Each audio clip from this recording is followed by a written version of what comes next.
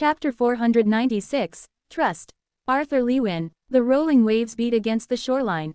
Cool wind wove in between the three of us, each a lord of our clan, our race. In the distance, an Ethiopian seabird cried a hollow, mournful tune, as if lamenting what was about to happen.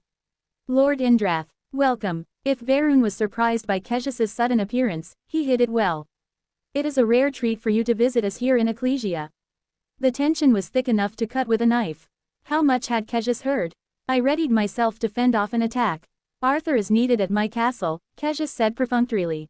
I hesitated. His tone bore no hostility. He wasn't seething with suppressed mana or ether as if containing his rage. There was no outward sign of displeasure, not even the darkening of his eyes. If he'd heard anything dangerous, he was playing it incredibly close to the chest. His request could have been a cover. It seemed unlike him to have come all this way to collect me in person, especially when Winsome had left me here barely more than an hour ago. Perhaps he wants to relocate this conversation to somewhere he has more power. I considered refusing. I'd be leaving my family, my clan, behind, without my protection. Even though I trusted Varun and his people, it was a ready-made excuse. Putting myself in Kejus's power was foolish. There was also the power dynamic between us to consider. I didn't want to give the impression that I was distrustful or unreasonable. Every exchange between us could turn into an exaggerated pissing contest, like the battle of wills above the lava fields, or I would fail in my mission before I'd even begun.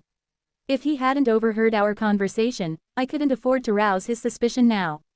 What's this about? I asked, watching him carefully as I walked along the skeletal pier to stand face to face with him. I shall tell you when we arrive, Kejus said. To Varun, he added a perfunctory, farewell, and then his power was wrapping around me. I resisted on impulse, sheathing myself in ether. Kejus's power struggled against my own, but only for an instant. I let him through, and then we were being shunted through space, appearing in a nondescript corridor only a moment later. Torches flickered on the walls, highlighting a clean hallway with no doors and no apparent way in or out. Hauling me off to the dungeons already? I quipped, using the humor to hide my actual nervousness. Do the other lords of the Great Eight know about this? Kejus didn't answer. The tails of his jacket flared as he marched down the hallway. Rolling my eyes, I followed. Arthur, where are you? Sylvie's voice in my mind was light and distant. I quickly explained what had happened. Regis's indignation burned beneath my skin. Let us know if we need to stage a heroic rescue. No, hang tight, I urged them both. Just make sure my family is safe. I can handle things here. I clamped down hard on any doubt I felt about that statement, not wanting my companions to know just how nervous I really was. After 100 feet or so, Kejus stopped, and the wall to his right began to unfold. The stones separated like the teeth of a zipper, then rotated away and folded back as if made of cloth. On the other side was a cell. It was bright, mostly due to a beam of light that extended from floor to ceiling in the middle of the room. Suspended in that light was Agrona. He looked just as he had when I'd last seen him, blank-eyed and slack-jawed, like a puppet with its strings cut. His opulent clothes were wrinkled and stained, the chains and ornaments in his horns tangled together. In a word, he looked truly and utterly pathetic, less than a shadow of the horror that had for so long dominated my mind. No, change then, I asked. Don't you have healers? Of course, Art. Turning back to Kejus, I found Lady Meyer standing beside him, although I had felt no sign of her arrival. Tall and graceful, she wore the form of an ageless, beautiful woman instead of the wizened figure I'd first met. Her powerful aura only hit me after I realized she was there. We have access to incredible healing magic, she continued, moving to stand right in front of Agrona. She had to crane her neck to look up at his blank face. But nothing has managed to make so much as an eyelash flicker. Even Oludari Vritra could shed no light on Agrona's condition. Where is the sovereign? I asked, surprised they had involved him in this at all. It seemed dangerous to give him any knowledge he might turn against us, and I wouldn't be surprised if he knew more than he was letting on. He's a guest in my castle, for the moment. He is clanless, Meyer added. Lord Cawthon has been happy to let Oludari remain in our care. There is a good chance the basilisks would kill him if he attempted to go home. Perhaps one day. I didn't respond. The Vritra clan was a blight, and Oludari was no better. I was certain Kejus had only allowed him to live so far because of some deal Oludari made regarding me, but it was the wrong time to address that topic. He seemed half mad when I spoke to him. It's no wonder he knew nothing about Agrona. His gaze seemed to be focused well away from Alakria. Cassius eyed me for a moment, considering. Indeed, he agreed only that Agrona's body is alive. It continues to cycle enough mana to maintain itself, as if Agrona were sleeping. But there is no mind present within the shell. Our best manipulators of mental energy, an aspect of magic that Agrona himself was an expert in, can find nothing to read or cling to inside him. It's as if his mind was destroyed completely, Meyer said. Sucking her teeth, she turned around to regard me, her expression calculating. We need to understand what happened, Art. What else can you tell us about what occurred between you in that cave? I activated King's Gambit. Ether flooded my mind, which opened like the canopy of a great tree, every branch holding its own individual thought. The crown on my brow shed light over the faces of Cassius and Meyer. Cassius's jaw tightened, and his eyes shifted to a plum shade of purple.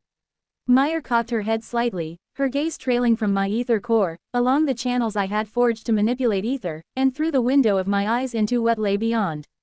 It was unclear just how much of what she saw she could understand. My feet lifted off the floor, and I rotated around Agrona in the beam of light, studying him intently. The threads of fate were gone, not that I could see them without fate's presence. I had cut them away, which had resulted in the dissolution of Agrona's impact on the world. The result was a sudden shockwave that tore across both continents. I couldn't explain why it had left Agrona in this vegetative state, however, and even King's Gambit was not able to invent new information out of nothing.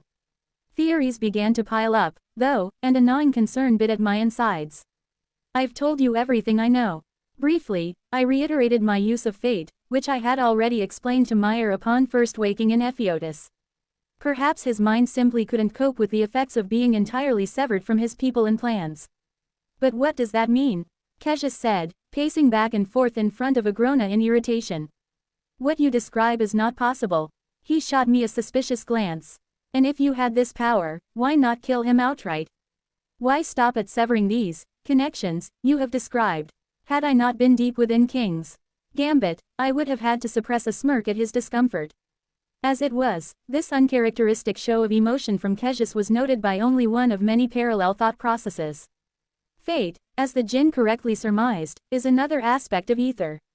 It binds us together and helps to order the universe. I purposefully kept the description vague and guessable. I didn't want Cassius to understand the full truth yet. The Jinn had theorized a way to influence fate, but it was limited. As for your other questions, the answer is simple. I gazed down at him from where I floated. Looking at the potential impact of my decision, I saw only a single path forward. Removal of the legacy was the key, not destroying Agrona.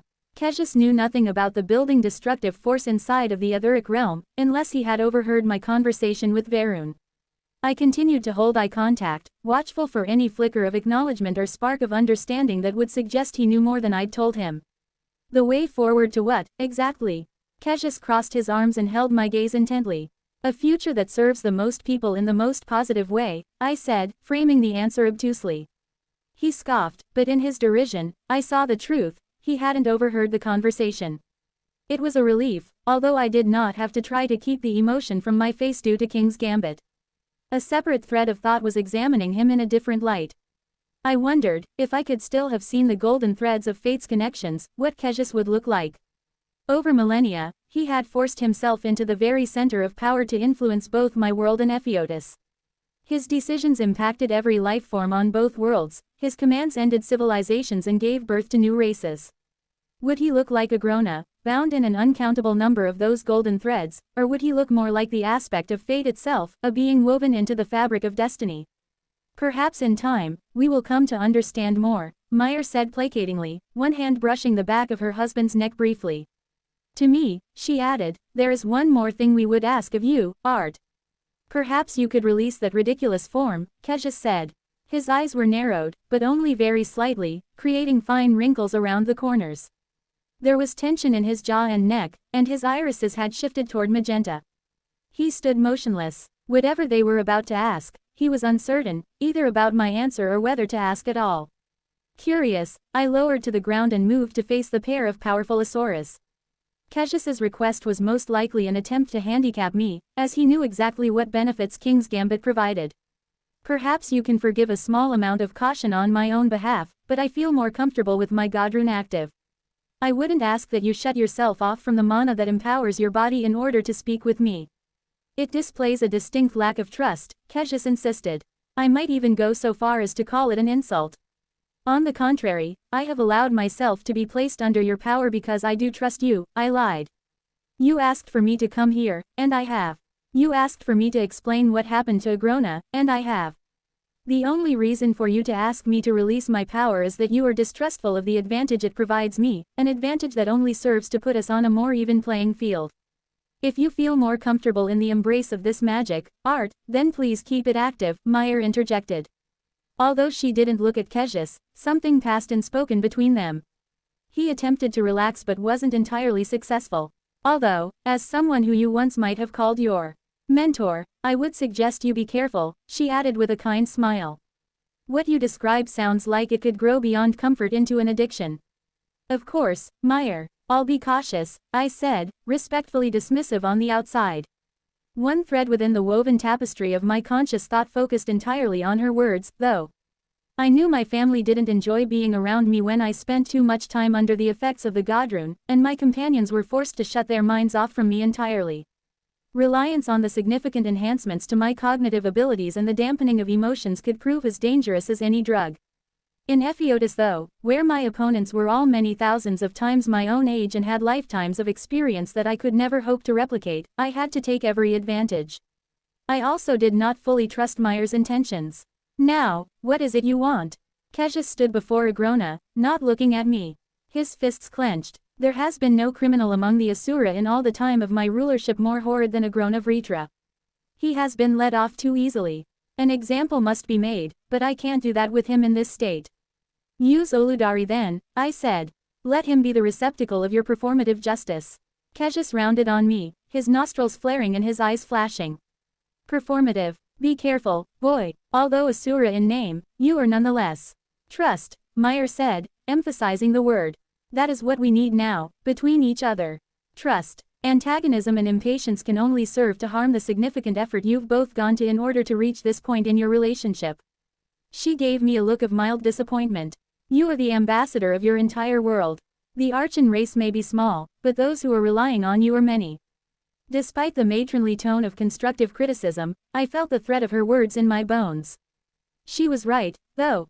I wasn't ready to be Cassius's enemy. Not with everything I had to accomplish to reach my goal. I relaxed the flow of ether into King's Gambit, and the Godrune faded to a partial charge. Empowering it this way was second nature by now, and helped to take the edge off the fatigue of releasing it. When I spoke, I did so slowly to not trip over my own tongue and give away my lethargy. I apologize, I spoke too plainly. I didn't mean to offend you. Cassius returned to his placid facade as swiftly as he had grown angry. My wife is right, as is usually the case. She smiled at him fondly. When she spoke, though, there was sadness in her tone. Oludari will not serve the same purpose Agrona would. I'm certain you agree that this basilisk deserves true justice. Those we both love suffered at his hands more than most. I thought of Sylvia, hiding in her cave between the Elshire forest and the beast glades with the enchanted egg of her only daughter, a daughter she shared with a man she thought she'd loved, a man who then had her killed so he could experiment on his own heir. I thought of Sylvie and the life she would have had if he'd been successful. I thought of Tessia, and the life she did have, imprisoned in her own body as the vessel for Cecilia's rise to power. Of course he deserves justice, I said solemnly. But it seems to me as if he's had it. Take his head and be done with it. It's still not enough, Cassius said, his anger now directed toward Agrona's mindless husk. Which is why, we would like you to heal him, Arthur. In my current state, I didn't immediately understand what he meant. Under the weight of both Cassius's and Meyer's stares, the realization was like a heavy stone in my stomach. You think the morning pearl will heal him? After everything I had learned about the pearls, I couldn't believe they'd even suggest it. Even if you're certain it would, you want to waste it on him. It is a valuable resource, but I am willing to spend it. Tessia and Chul were only alive because of the other two pearls. My consciousness turned inward, feeling within my extra-dimensional space for the items stored there, including the last morning pearl. Its value to me was incalculable. It could be my sister's life, or my mother's. If I'd had such power when my father lay on the battlefield, dying of his wounds, it is not your resource to use, regardless. Cassius darkened. Even the beam of light suspending Agrona seemed to dim. I command you to hand over the morning pearl. I cocked my head slightly, not cowed by his theatrics. I'm sure I don't need to remind you that I am also lord of a great clan. Are the others so easily cowed by you? Surely the role of the Great Eight extends beyond the pretense of self-rulership to keep the other races in line. Meyer quickly stepped in, unable to hide the flash of exasperation that crossed her features.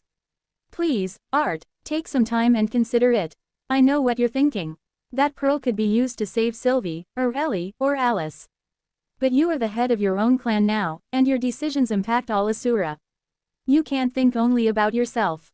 Beyond simply justice, think about everything we could learn from Agrona, together. There is much about his actions in your world that we don't understand, and may never if he isn't revived. Let him answer for his crimes, for the good of all Epheotis, Decathan, and Alakria. I bit back a sigh. I will think about it. Could Agrona himself somehow be the third life bound to me in obligation? I wondered, recalling Varun's words. She shot a quick glance at Kejus, who still looked like he was on the edge of an eruption. Then that is all we can ask. We'll return you to Ecclesia and your family. Once you've had time to consider, we will speak again. Kejus remained silent as we left the dungeon, which sealed over again behind us. Meyer bid me farewell, and Kejus's magic again wrapped around me. When I appeared standing in silver sand, I was alone. I took in a lungful of the sea air, held it for several seconds, and slowly released it, trying to let the tension flow out with it. The beach around me was empty. The purple horizon had expanded toward the village, the darkness extending farther up the sky as the sun went down.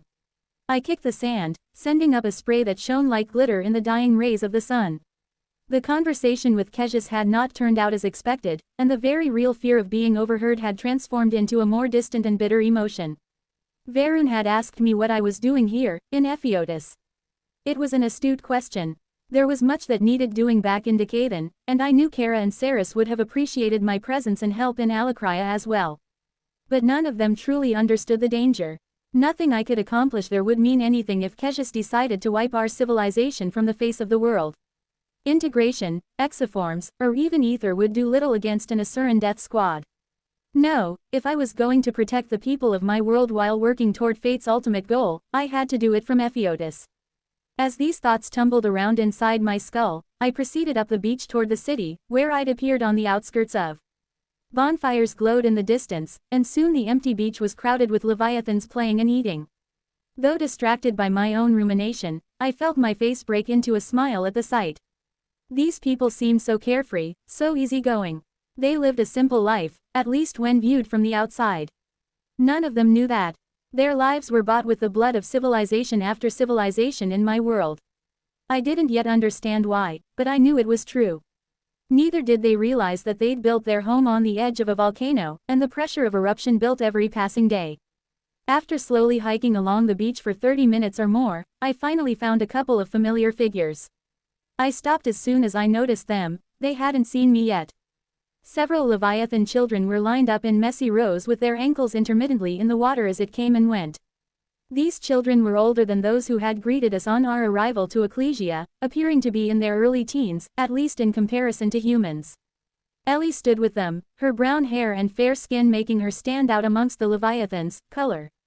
Zelena, Varun's daughter, stood facing them 15 feet inland. She was offering instruction, and I immediately expected it to be combat training. When she moved, though, it wasn't to wield a weapon, form a combat spell, or even drill them in a martial arts form. The sand around ran like liquid before rising up and forming itself into the rough shape of a seashell. I couldn't hear what she was saying over the noise of the ocean and the people relaxing beside it, but a pleasant smile came and went across her purple lips as she spoke, and her storm blue eyes were crinkled at the edges with clear joy. The students began to cast their own spells. They worked with wet sand, which would flow more easily, especially if they were more attuned to water than earth. Ellie watched the other students and stared at the ground in turns. She could have created anything she wanted out of pure mana, of course, but she was actively attempting to emulate the Leviathan's efforts instead. I watched her until Zelena spotted me. After a quick word to the group, she strode my way. As she approached, she seemed to appraise me. Her eyes sweeping up and down my form and lingering on my own golden eyes, so unlike any other human. Her fingers ran through the mohawk of sea green hair that grew down the middle of her head beneath navy blue ridges. "You cost me 10 jade, she said, her tone serious even though she appeared relaxed. "My father was confident you would return, but I bet him you were headed straight to the dungeons in Castle Indrath. I gave her a chagrined smile. You were both right. I did go to the dungeons, but I have also returned from them. Her brows knit together. I'll have to ask for my jade back then. Jade? I asked, raising a brow. She flourished her hand, and a round piece of jade, carved with a stylized drop of water with a hook on one side, was resting in her palm. We rarely have need of currency, but when we choose to use it instead of simply bartering or offering aid, we use jade. She flipped the jade piece toward me, and I caught it out of the air. Keep it, as a souvenir. I chuckled and reversed the motion of her flourish, making the jade vanish into my dimensional storage rune. Thanks. She gave me a lopsided smile. Anyway, what did Old Man Dragon want with you? I chuckled at the irreverent moniker, but my amusement died away as my thoughts returned to the meeting. He wants me to do something I'm not willing to do. Such is the nature of your position, she said with a shrug. I regarded her with surprise, and her lopsided smile returned. Just talk to my father. Being lord of a great clan means navigating the choppy waters of Indrath's unpleasant temper.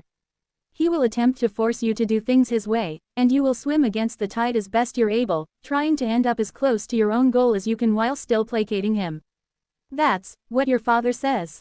I asked hesitantly. She let out a barking laugh. Sea and stars? No, of course not. The great Varun Ekalea would never speak so bluntly. Surely you've noticed he enjoys taking the meander course of the river, not the straightforward flight of the gull. We both grinned at that. I hadn't known Varun for long, but what she said was obviously true. Don't agonize yourself into an early grave over it, she said, again giving me a small shrug of her shoulders. I'm confident you will be able to handle what's to come. I rubbed the back of my neck and stared at the students practicing their spells for a long moment. Ellie hadn't noticed me yet, so intently was she studying the Leviathan's magic. Why? I asked after the pause. Back at the Dragon Woman's returning ceremony. My confusion must have shown on my face, because she clarified, saying, I saw what you did. Placing Sylvia Indrath's core on her altar in the castle. I was wary of you, and had sworn to keep my eyes on you. I didn't mean to intrude on the moment, but I'm glad I did. The look of appraisal returned. You are powerful, Arthur Lewin, and you are intelligent. All your peers in Epheotis are also both of those things, some much more so than you. But you are kind, too. And that is something often missing among the highest ranking of Asuras, regardless of race. She looked at me meaningfully. That can be a strength, but it can also be a weakness. In you, though, I think it can be transformational. For the Great Eight, and for all of Epheotis. Before I could reply, one of the students shouted excitedly and yelled for Zelena's attention. Ellie looked over finally, saw me, brightened, and waved eagerly. Zelena's lopsided smile returned, and she began walking away without another word. I watched her go, equal parts surprised and confused. Zelena's affirmation had been entirely unexpected, but her words about my transforming Epheotis were far more true than she could even know. Chapter 497, To be ready. Arthur Lewin. I left town before the Ephiotan sun had even risen over Ecclesia the morning after my visit to Agrona's husk. Alone, I circled around Varun's home to the world Serpent's Tail, which seemed to take me directly out of the city and into a wilderness of rocky beaches, overgrown forests that reminded me of Earth's jungles, and a sky half consumed by the purple-black of the etheric realm. The atmosphere was thick with ether, which blew off the waves like seafoam and out into the jungle. Seabirds crowed and unseen creatures answered from the depths of the jungle with powerful roars.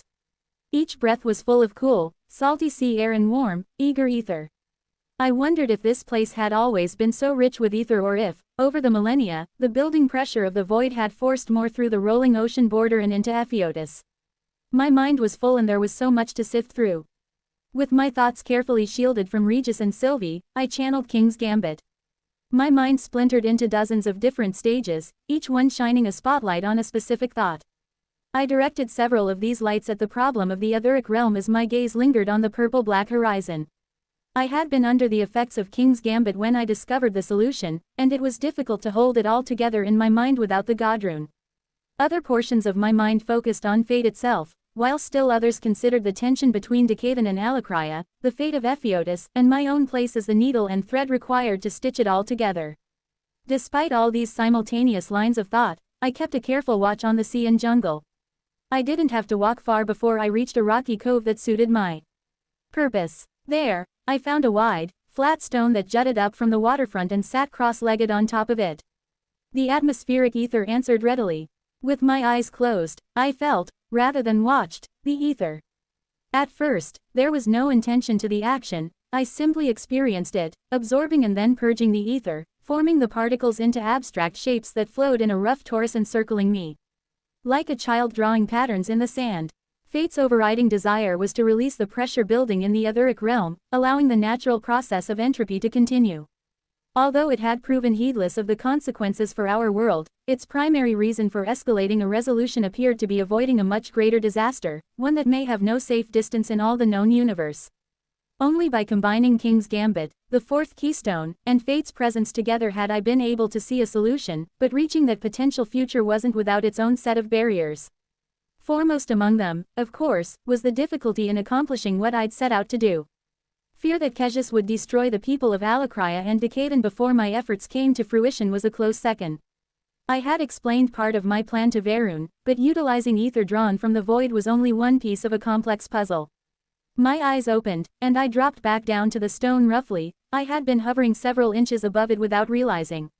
I stood atop the rock for several minutes, motionless. Restless tension built in me until it was like a ripple across the surface of every thought at once. I took in a deep breath and let it out as a sigh. I needed to move, to do something. Focusing on my core, I began conjuring swords of pure ether. First 2, then 4, then 6. I stopped at 8 as the bright violet blades floated around me. With the conjured weapons in place, I activated Realmheart, bringing the thick haze of mana particles into view.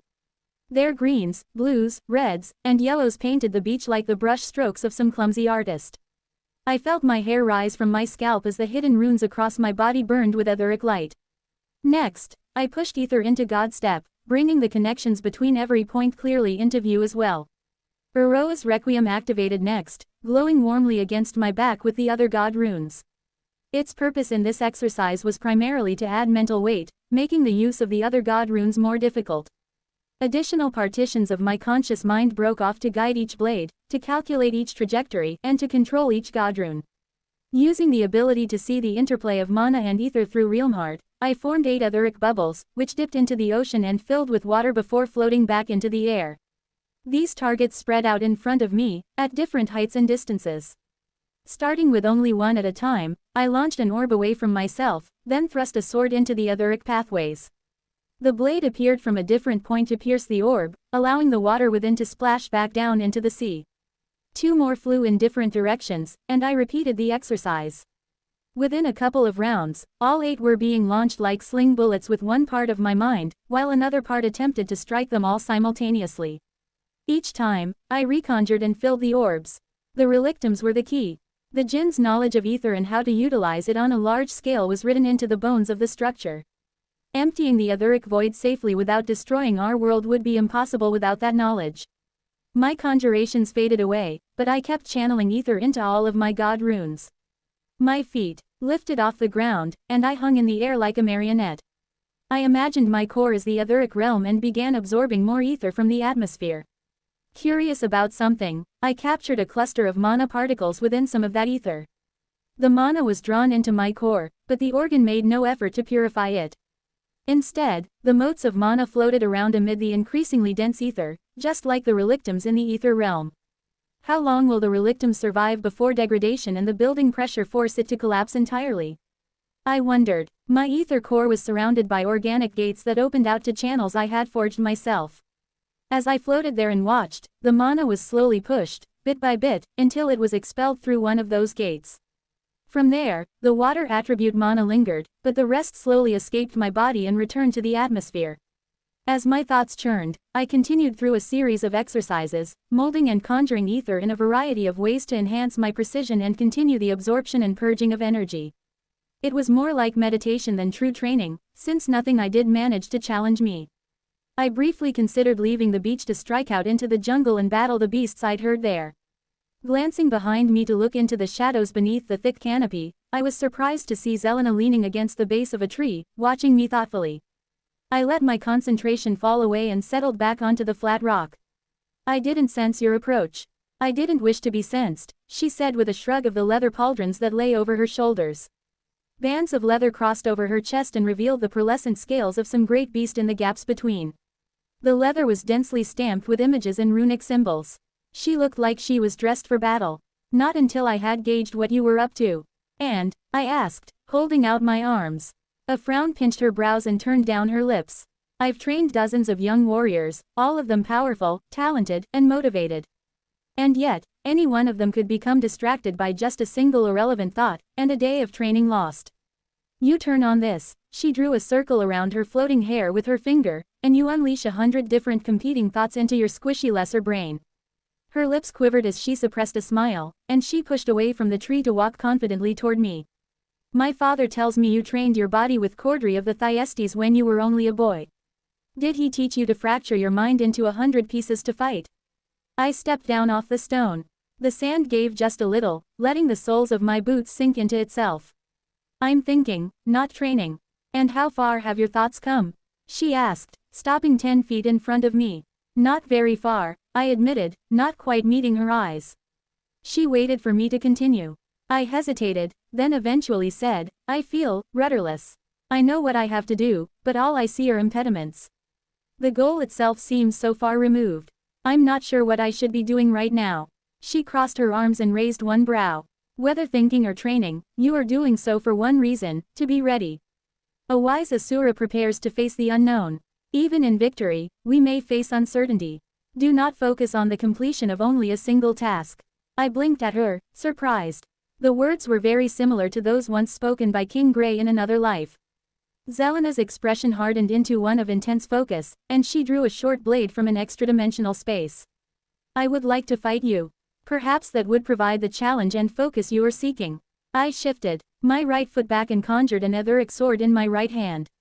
The blade was a few inches shorter than usual, to better match Zelena's weapon.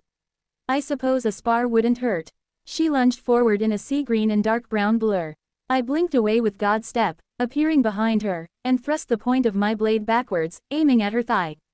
Her body rotated in midair, seeming to defy physics, and her knee struck my wrist. Bone cracked, and the etheric sword melted away. I God-stepped again, appearing on top of the flat rock holding my broken wrist. Slowly, she turned her head around to look at me, her body turned sideways in profile from my new position. Be careful if you employ that technique against a dragon. One strong enough in the ether arts might push back against you. Her brows crept up as I shook out my wrist, already fully healed. You should practice strengthening your muscles and bones with ether at all times, even when you sleep. You are an Asura now. Imbuing your body should be as natural as breathing or the beating of your heart. I held my arm straight out in front of me and conjured another weapon into my fist. This time, I moved first, planting one foot on the edge of the rock and burst stepping toward her. An eager grin flashed across her face, and the sand beneath me burst with several jets of superheated water. The world twisted as I moved through the etheric pathways, reappearing above her. A second weapon shimmered into being in my other hand as I fell toward her like a diving flare hawk. Tua. Zelena dove forward into a roll, and I struck nothing but a thick soup of sand and water that immediately attempted to drag me down. Aware only of a green and brown blur in front of me, I God-stepped again, this time creating some distance. 30 feet away, Zelena's blade swept through the air above the quicksand she'd conjured. Her arm carried on farther than was natural for the strike, and then her blade was flying like an arrow. Ether exploded along the muscles and joints of my right arm, hand, and fingers, which closed around the weapon's hilt. Wind blew through my hair, conjured by the arrested force of the thrown sword. I flipped the weapon in the air, caught it by the tip of the blade, and held it out. Zelena wore her lopsided smile as she approached to take it back. Not bad, Archon. You are quick and mobile. But blinking all around the beach is only training you to run. Train yourself to fight. Her aquamarine skin darkened to navy, and she began to expand outward, her features stretching and distorting. The leather armor melted away as dark plates and thick scales formed over her skin. Her trunk extended as her legs melded into a single tail. Her arms swelled, growing thick and muscular, and wicked talons grew from her three-clawed hands. In an instant, she was towering over me, fully transformed. Her elongated head, split by wide jaws that showed rows of teeth like daggers, turned to look down at me through 4 burning blue eyes, 2 on each side. In her leviathan form, Zelena's head was covered in toothed plates as if she were wearing a helmet. These plates extended down across her shoulders like jagged pauldrons, then further along her spine. The bare scales of her piscine underbelly were the same aquamarine color as her humanoid form. I rolled my shoulders and adopted a comfortable stance before conjuring an etheric sword, which burned and winked with violet light. A second appeared in my other hand, then a third hovering near my left shoulder. Finally, a fourth manifested at my right hip. I guess I'll stop holding back then. Zelena slithered forward, using several tentacle-like appendages to drag herself across the sand. Each tentacle ended in a broad, leaf-shaped paddle. When she spoke, her voice boomed across the beach, rich and vicious. I hope you will. I would hate for my victory to be stained with the dishonor of knowing you didn't give me your best. One of the long, tentacle-like appendages whipped toward me. I dodged back as an ether blade moved to deflect the blow. In the fraction of a second it took for the blow to fall, the fleshy paddle hardened into a ridge of bone. My blade was flung aside by the force of the blow, and sand sprayed into the air. The bone blade carved a furrow through the sand where I'd been standing. I pulled the flying blade back toward me and sprinted to my right. Another limb struck, slamming into the ground just behind me. I sent a blade flying at Zelena's exposed underbelly, but a third limb smashed it aside. Despite her size in this form, Zelena was still incredibly quick. Her long limbs struck like whips and came from several directions at once. I had to turn more and more of my branching conscious mind to the task of fending off her blows and supporting my blades. Without my full power behind them, the blades couldn't withstand the force of her strikes. Attempting to take advantage of her proportions, I sidestepped to her back and struck a probing blow against the protective plating. My blade left a faint scratch on its surface, but I barely had time to register it before a club-like tentacle swept past. Flying up, I narrowly avoided that strike before another came down from a different angle. I flew beneath it just as Zelena's huge head snapped around, jaws wide. The etheric paths folded me in and deposited me on the other side of her still-closing maw. Ether hardened behind me even as amethyst lightning rippled down my arms and legs. I pushed forward, launching myself off the conjured wall. My lightning-wreathed fist struck the side of her head. Zelena's huge bulk tumbled sideways, crushing the forest undergrowth and toppling several trees. I waited for her to right herself, wanting to make sure she wasn't badly hurt. Her limbs all worked in concert to easily push herself upright. It was difficult to tell, but it almost looked like she was grinning. I thought you were going to stop holding back. Grinning in return, I reached for my armor. The black scales and white bone coalesced around me eagerly, familiar yet foreign. The Leviathan lunged, and I drove forward, blades shining. Panting and drenched in sweat, I dropped down to the cool sand.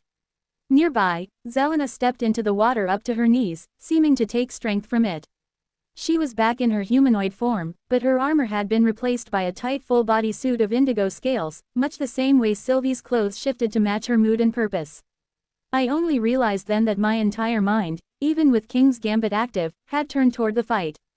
Briefly, my attention had been taken away from the ether realm, Fate, Epheotus, and Kejus. Although physically tired, I felt mentally rejuvenated. "Thank you," I said. With my hands behind my head and my ankles crossed, I stared up at the sky, painted a dark blue with the black purple of the ether realm. "I do feel better." Zelena nodded, not looking at me. Her gaze stayed on the sea. "You're proficient, when you aren't lost inside the catacomb of your own brain. This King's Gambit, you've started to see, but do you understand?" I considered. My god runes had faded, but I still channeled King's Gambit partially. In part, to stave off the crushing aftereffects of the Godrune's use, but also, I had to admit, even if only to myself, because I no longer felt like myself without it.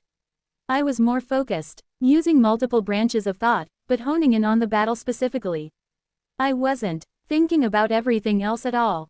When transformed, a Leviathan is large and has many limbs. These limbs do not all work individually, but in concert. To swim, to fight. Your power is a tool, but like all tools, there are many ways, both right and wrong, to use it. You're pretty perceptive, and straightforward without being blunt.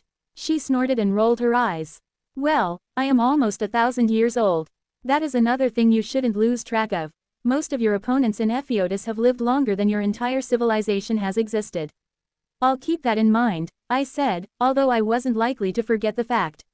Memory of the dragons destroying civilization after civilization will always be just beneath the surface of my thoughts, as well as the danger Kejus still posed to Decavan and Alakria. Standing, I stretched and looked back the way I'd come. With a clear mind, I opened myself back up to Regis and Sylvie, eager to speak with them. I need to talk. Where are you two? Where are we? Regis answered instantly. The nerve of this guy. Disappears for hours, no note or nothing. The amusement in Sylvie's thoughts were clear as she chimed in. At the pier with Varun. He's regaling us with tales of ancient Asuran heroes. Zelena and I continued to chat about our training as we walked back. She reminded me quite a lot of Cordry, although he had never been as open with me as she now was. It wasn't long before the World Serpent's tail came into view. Varun was standing at the beginning of the skeletal pier. Regis loped back and forth along the spine bones, and Sylvie stood up to her waist in the water, rocking back and forth with the rippling waves that constantly brushed up against the shore. The ether danced and twirled around her like glowflies. Zelena broke away before we reached the others. Speaking back to me without breaking stride, she said, Aldir thought you worth his sacrifice, Arthur. I hope you will prove him right. She walked away, passing out of sight as she entered Varun's tidal pool garden and the pearl-walled house. I watched her go from the corner of my eye as I approached the others. This proud Leviathan warrior woman was still a mystery to me, and so were her motives. She had caught me off guard with her words when I'd returned from seeing Agrona, and she'd surprised me again today. Although not entirely sure where the feeling came from, I couldn't shake the thought that she was, somehow, essential to my success in Epheotis. Ah, Lord Lewin, you have returned, Varun said pleasantly. I was just educating Lady Sylvie and young Regis here on the tale of Aquinas, the World Serpent, and its defeat at the hands of Antioch of Clan Echolea. A rousing tale, if somewhat cautionary. I hope you'll excuse me, but I'm afraid I need to speak to my daughter and don't have time to recount it again just now. Later though, if you'd like. The old Leviathan gave me a respectful nod, repeated the gesture to Sylvie, winked at Regis, and then walked slowly back across the beach toward his home. I watched him go, wondering what was cautionary about Aquinas's defeat. I don't know, Regis said after he was gone. I kind of faded out there, just for a second. Sylvie was silent, frowning. Her thoughts were troubled. What is it? I asked, moving to the point where the skeletal ribs and spine first protruded from the sand. I rested one leg up on the high point of the curving rib. There is so much noise here. She stared out into the water as if it were an Alacrian projection crystal. Giving herself a little shake, she wrenched her gaze away to focus on me. It's like, there is something happening, something big, but it's just beyond the edge of my sight, so I can't quite make out the details. I kicked off my boots, careful not to get them full of sand, and stepped across the ribs until I was level with Sylvie. I eased down to let my feet soak in the water. Is it your power? Maybe, another vision. She shook her head but bit her lip uncertainly. It doesn't feel like a vision. I bit my tongue, eager to talk about my unfolding thoughts, but Sylvie was rarely pensive, clearly she needed my full attention. Connected to both Regis and her, I felt myself pulled in opposing directions by their emotions. Regis was at ease, having enjoyed his time in Ecclesia and feeling no rush to move on. Sylvie, though, was standing in the eye of a hurricane of apprehension and contemplation. Probing these thoughts reminded me of what it felt like to be under the effect of King's Gambit, except she had only a single train of thought to contain it all. She felt my prodding. I can sense it out there, in the ocean. There was a short pause, then she clarified, fate. This ocean, the connection to the etheric realm, it's like fate is standing just behind me, its breath on my neck. Creepy, Regis said, lying down beside me. It's watching, I'm certain of it, she continued, finally turning toward me. I've been trying to capture some of what we had in the Keystone again. There, that power, the Ava Marts, felt right. Here, it is still distant, difficult to grab hold of. Her gaze returned to the water. I feel like fate, or something, anyway, is just there, reaching for me. It wants me to understand. Fate, I clarified. Yes, or no, she shrugged, her pale blonde hair flowing over her shoulders. Something. Do you think? She trailed off. Her thoughts trickled through our connection, only partially formed. The relictums. The presence that saved you? I asked, trying to follow along. You think it might have been fate? I don't know. We sat in silence for a minute or two. The sun overhead conjured a pleasant tingle in the bare skin of my arms. How are we going to do this, Arthur? Sylvie asked at length. I kicked my feet back and forth.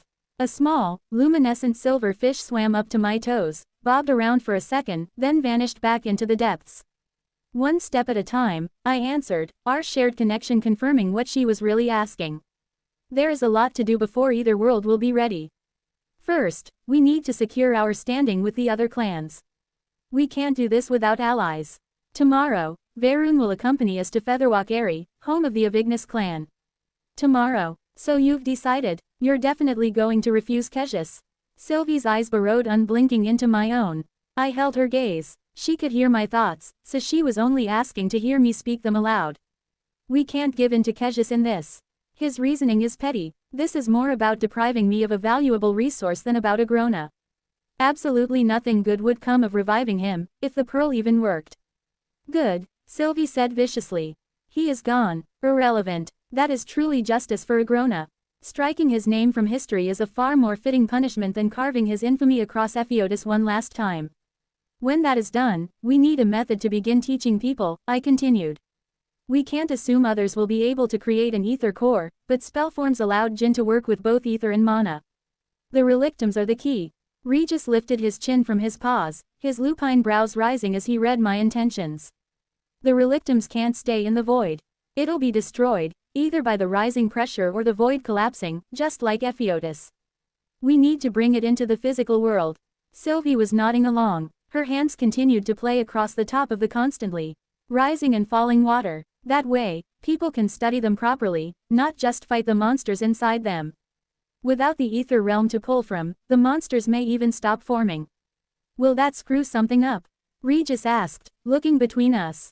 Each zone is like a chapter in an ether encyclopedia, right? Maybe losing access to all that ether would be like pages in a book getting old and brittle. Falling apart and stuff. We'll have to figure out a way, I answered. Maybe the Jinn remnant in Agrona's fortress can help. Tess called her. I decided that next time we left Ephiodus, a visit to Tagrim Kylum would be necessary. It would also afford time to check in with Saris and Kara. If Grandpa Kezi lets all this happen, of course, Regis said. He's the real stick in our collective craw here.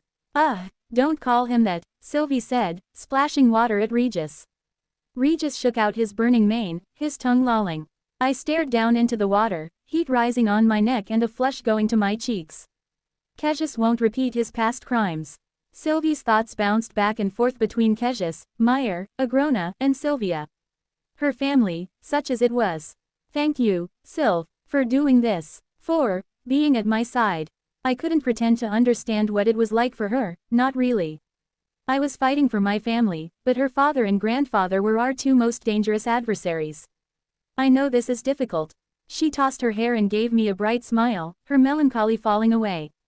Since it turns out I was the one that dragged you to Decathan, I can't exactly abandon you now. More seriously, she added, I wouldn't be anywhere else, Arthur. Together, we're going to change the world. Make it better. That is how I'll heal the wounds my family has left on me. As we both thought of our family, Tessia came into my mind.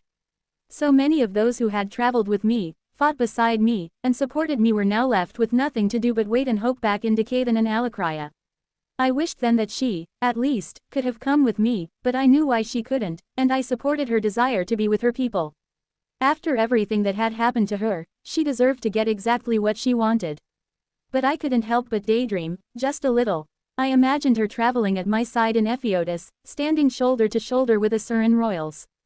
She would be training with me in place of Zelena, and with my help, she would reach the integration stage again. Then, a small smile came to my lips. I would teach her to wield ether as an Archon, queen of the Lewin clan. It was a beautiful daydream. But there is much to do, if it is ever going to be anything more than just a dream. Chapter 498. A Call for Aid. Tessia Aerolith, she's going to be incredible, I said, grinning. My fingers brushed over the soft leaves of a sapling nearly as tall as I was. Veray was already powerful, but watching the way she can reach for mana now, I turned to my grandfather. I knew I was gushing, but I couldn't help it. She's mastered her integration with such dignity. Grandpa Virian chuckled as he poured water from a spout onto a fresh seedling. I'm glad to hear she's in good health. The first person to experience integration in the memory of our modern era. As he had avoided mentioning Cecilia, I followed his lead. Veray's recovered well, yes. The experience seems to have cracked the ice of her personality a bit, too. She seems to have discovered a certain fondness for sweets during her recovery. I fell into a fit of giggles as I remembered seeing the stoic Lance with powdered sugar coating her lips. She gives you hope. I felt myself catch, like a notched blade pulled from its sheath. I guess I hadn't thought of it like that. But yes, my gaze turned back to the plants. I took up my own watering can and resumed moistening the tilled earth in which they grew. Right now, it feels like art is all that stands between us and the cruelty of the Asura. I know Vare isn't as powerful as that, but seeing her work so hard to improve, even at her level, makes me feel better about our chances. Virian set down his can and pruned off a few weak branches on the larger saplings. When he was finished, he stood with his hands on his hips and regarded the arboretum with pride. The soil is just as potent as Arthur described. Imagine the growth if these trees had proper airflow and sunlight. Smiling, his attention settled on me. You know I wasn't talking about the future, Tessia. I was speaking about your future. I bit my lip as he approached me. His hands settled lightly on my shoulders, and he looked deep into my eyes. It's okay, little one. You don't have to feel guilty. You touched power, real power, and you want it back, because you want to stand beside Arthur and not behind him. There is no shame in that. My throat constricted. I leaned forward and wrapped my arms around Grandpa Virian, resting my head against his chest. How can you know what I'm thinking when even I don't? He scoffed. You've never been able to hide anything from me. Like these saplings, I watched you grow from only a little seed. I've been there for every success and every mistake. You are the best of both your mother and father, and the beating heart within my chest. How could I not know what you think? I love you, grandfather, I said breathlessly, my cheeks wet with tears. He patted my head like he'd done when I was a child. And I love you, Tessia. He cleared his throat, took me by my arms, and moved us apart a single step. Now, we've waded through enough of these emotional brambles. There's work to be done. We need to. He went quiet, turning toward the entrance. A couple seconds later, Byron flew into the cavern and landed just beyond the border of the arboretum. The human lance didn't slow down to greet either of us. There is word from Alakria. The dwarven lords have called a council, and they want you to attend. Virian gave the lance a grave half-smile. You mean they demand I attend? With the war seemingly over for good, the dwarves grow more bold, and restless, with the elves who remain. Byron nodded, running a hand through his silken blonde hair. The sentiment that led to the attack on the Alacrians hasn't entirely vanished. Even if you weren't wanted at the council, Virian, I'm afraid you're needed. As a voice of reason. Sighing, Virian dusted himself off and started toward Byron. He paused after only a few steps and looked back at me. Would you pick a few subjects for our next transfer to Elenoir? Sorry, Triscan is chomping at the bit to start another grove. Actually, I'd prefer to come with you, I answered. After my recent visit to Ediston, well, I'd like to be more involved. Stripping off my leather gloves, I tossed them next to the rest of our tools, conjured a gust of wind to blow off the dirt that still clung to Grandpa and me, and looked at him expectantly. I knew he wouldn't decline my request. He'd been gently prodding me to get out of the cavern and be more involved, which is largely why I had gone to Ediston to begin with. My grandfather grinned and gestured for Byron to lead the way. Virian had already been catching me up on the politics of Vildoriel, Darv, and Decavan as a whole. The dwarves respected my grandfather, but they were resentful of Arthur's insistence that Virian act as commander of Darv's defensive efforts in the final weeks of the war. The dwarven nation was still badly fractured after the Greysunder's betrayal and subsequent civil conflict, and both the dwarven lords and people were hungry for leadership from within their own race. The problem of what to do with the elves and Alacrians, problem, in the council chamber only, as almost all the elven refugees had left Vildoriel before Alacria's final assault, and the Alacrians themselves had been sent home, continued to split the dwarves right down the middle. We found the council chamber already ringing with raised voices. Durgar Silvershale, who had stepped into his father's shoes as Daglin recovered from his wounds, had stood and was jabbing his finger into Lord Earthborn's face. Above and beyond for those cutthroats. This is none of our concern. Skarn Earthborn, Micah's scowling cousin, was guarding the door. He stepped forward with a hand on his weapon. I didn't know the Silvershales, but I had fought beside Skarn and his brother, Hornfuls, in Elenoir before my capture. I rested my hand atop his. He glowered viciously at Durgar, but he held his position. Friends, Virian said, loud enough to cut across the arguing. The chamber, the inside of a massive geode that reflected a kaleidoscope of colors, went silent. Durgar straightened his tunic and returned to his seat. Carnelian Earthborn watched Durgar carefully, then made a gesture of welcome to Grandpa and me. A woman stood at the head of the table where the others sat. From the back, she had long fire-red hair. She was dressed simply in traveling leathers. At the sound of Virian's voice, she turned. My heart stopped. I was standing in a press of bodies. So tight they held me on my feet even as I struggled to breathe. A honeyed voice, oozing through the city square. Pillars of stone raised high above. Red hair billowing like dancing flames as that same face looked down at us. Around her, bodies. Bodies on black metal spikes. Blaine and Priscilla Glader and my parents. I looked into the eyes of the woman who had paraded my parents' corpses across Decaden while espousing a Grona's divinity. Virian was speaking. He stepped forward, took the woman's hand. She answered, her honeyed tones running thin, coming out desperate. Didn't he know? I wanted to slap her hands away from his, too. Of course he knows, I answered myself. I knew of Lyra Dryde's role in the war, both before and after she ceded the regency of Decaden to Arthur. She'd done a lot of good for Decaden, by all accounts. The words they exchanged finally coalesced into meaning in my ears. Lyra Dryde, you've come a long way, and so shortly after leaving.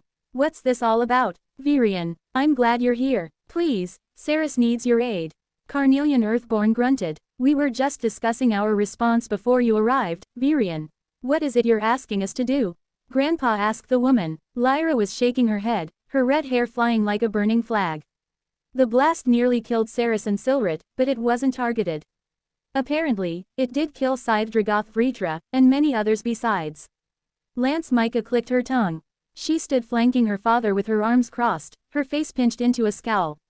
We let your people go home against our better judgment, Durgar cut in, half standing again. Now, they beg for aid because they find their home inhospitable. You're lucky we don't march our soldiers straight through those portals and... You don't have that kind of authority, boy, a dwarven woman said, smacking her hand on the table. Please, my lords, Grandpa's voice resounded off the colorful crystals. The dwarven lords went quiet. He motioned for Lyra to continue. Lady Cara Denoir had hoped her message might reach Vildoriel before Arthur left, Lyra said, an edge of bitterness in her voice. He needs to know what is happening. Perfect, let the regent handle it, Daemor, youngest of the Silvershale clan, said while miming brushing dirt from his hands. Carnelian hummed thoughtfully. I'm inclined to agree. To Virian, he added, do you know how we can get a message to Regent Lewin? We have an Asura right here in the city, Lance Micah said, pointing downward through the floor. She was speaking of Ren Kane, of course. If anyone can get to Epheotus to deliver a message, it's him. With permission, Durgar sent a runner to fetch the Asura, and 2 chairs were added to the table for Virian and me. Byron stood behind Virian. Lyra was left to stand at the head of the table. The shock of seeing her had slowly receded as the lords, Virian, and Lyra spoke. I followed their conversation in a kind of fugue, hearing but not absorbing. In the incredibly awkward silence that settled over the Hall of Lords, my mind churned into a slow, muddled mess of thoughts. The Asura arrived more quickly than I had anticipated. Although I'd heard he favored flying around in a conjured seat like a throne, he marched into the Hall of Lords on his own feet, stepping without hesitation across the floating stones that led the way to the large table. Without preamble, he placed his hands on the table, leaned forward, and said simply, "What?" "We need to send a message to Arthur." It was my grandfather who answered. "Can you help us?" "No." Ren Kane straightened, spun on his heel, and marched away. "Please, Lord Kane," Lyra said, taking a couple of faltering steps after the Asura. "It's quite literally a matter of life and death." Ren Kane stopped and looked back over his shoulder. If not for the incredible pressure of his mana signature, I wouldn't have thought much of the man just to look at him. Unkempt and hunched, the Asura was hardly the picture of unimaginable power. And yet, when his gaze swept across me, the hair stood up on the back of my neck and gooseflesh roughened my skin. Aldir had the resources to travel between Epheotus and your world. I do not. Ren Kane's words were spoken plainly, but they gripped the room in a chokehold. I swallowed against the pressure, considering whether to ask the question that came to my mind. After all, I was one of very few who knew that Ren Kane was not the only Asura in Decaden. Although Cecilia was gone, my memory of following Mordain Asclepius to the hearth remained. "What about Chull?" I asked, not wanting to say Mordain's name in front of so many others. Everyone present knew of Chull, even if they didn't know his true identity as a phoenix, but they were not aware of the hidden conclave of Asuras beneath the beast glades. Ren's thick brows rose. "Maybe. I can't say for sure. You'd have to ask Chull." The dwarves, Byron, and Grandpa were looking on expectantly. The dwarves, even those not hostile to the Alacrians, seemed universally eager to see someone else step up and take responsibility for the situation. Virion kept his face passive, but I could read him well enough to see his encouragement. Lyra Dryde looked back and forth between us. Chull, by why, her eyes widened, and I saw understanding bloom within them. To Ren, she said, can't you send a message or seek him out on our behalf? There is nowhere else for us to turn, Master Kane. The Asura turned fully back toward us. His heavily lidded eyes were bright, and his teeth ground together, causing the muscles of his face to clench and unclench. Fine, no promises it'll do any good though. His eyes narrowed as he looked at Durgar Silvershale. If you lot interfere with the Beast Corps program, there'll be hell to pay when I get back. The Silvershales and their allies on the council paled at the threat, rage and terror warring on their faces. While this council continues to believe that we deserve some say in the use of the exoforms, it's a conversation for another day, Carnelian said, his voice even more hoarse than usual. Ren Kane nodded, and there was a dire finality to the small gesture. Give me your message then. I will tell you everything on the way, Lyra said, some of her nervousness settled and her posture growing more confident. She turned briefly back to the council and gave them a shallow bow. Thank you for your assistance, she said, a bite in the way she pronounced the last word. Ren Kane only shrugged at Lyra's words, then gave us a dismissive wave as he again started to leave. I stood suddenly. I'd like to come with you. If we are going to ask, I hesitated, aware I still had an audience. If we are going to ask for aid, a representative of Dicathan should be present. But what's this Chull boy have to do with anything? Daymore Silversail asked. A couple of other dwarves echoed his question. He is connected to Arthur in a way that may transcend the boundaries of our two worlds, Ren lied quickly and easily. To me, he said, well, come on, then, we apparently don't have all day. I squeezed Grandpa's hand. I'll be back soon. Maybe check in with Saria and our test growths while you're there, he answered with a wink. There was a brief conversation about whether the dwarves should send a representative as well, borne by Durgar's questioning of my authority to represent Dicathan in any official capacity. Only Lance Micah volunteered, but the council quickly forbade her from leaving, and the argument died. Ren Kane and Lyra Dryde gave me enough time to retrieve my belongings, then we hurried toward the surface. The Asura flew in his conjured seat while Lyra and I struggled to keep pace behind him. Once under the scorching desert sun, the sand beneath our feet transformed into the deck of a small sailing vessel made of stone. I bent down and ran my fingers across the surface, and was stunned to find it indistinguishable from the wood that it mimicked. Lyra grabbed hold of the mast as the ship shot up into the air, and then we were flying across the desert at a speed I thought even the lances would have struggled to maintain. Ren stood at the front of the ship and watched the land melt away beneath us. It hardly looks like he even has to concentrate, Lyra said in a low voice, barely audible over the rush of wind. She had released the mast and moved to the railing, which she gripped tightly as she looked down at the desert floor far below. I didn't reply. When she spoke, I heard only her unctuous voice announcing the slaughter of my parents. I know who you are, she said after an uncomfortably long pause. I leaned against the rail and took a deep breath, watching the mountains come quickly closer. You must hate me, and I won't blame you for that. Under Agrona, I was eagerly cruel. I genuinely never considered any other way to be. But fear and hope are both powerful motivators, and Regent Lewin has given me many reasons to feel both. At Arthur's name, I finally looked at her. Really looked at her. Although this was the same face that had looked down on us from beside the corpses of my parents, the same light red eyes and burning hair, it was not the same woman. And I was surprised to discover that I didn't hate her. I'd experienced exactly what Agrona was capable of. Only someone who'd been on the receiving end of his manipulative magic could really understand. Even if he'd never dragged his venomous claws through Lyra Dryde's mind, the influence he had on every Alacrian could not be overstated. This only made the people who had fought against him even braver. I brushed my hair out of my face and forced a smile. Arthur's pretty good at that. I'm still trying to live by his example. I won't hold it against you. The Alacrian woman's brows climbed up until they vanished behind her hair, which was whipping in the wind. Really, sorry, I don't mean to question. I just forget, sometimes. I cocked my head slightly, not sure what she meant. A wry smile played over her lips. How kind you Dicathians can be. Straightening, she slipped one arm through mine and tugged me toward the cabin door. Come on, why don't we get out of this wind? I want to know more about you, Tessia Aerolith. Bemused, I let myself be dragged along.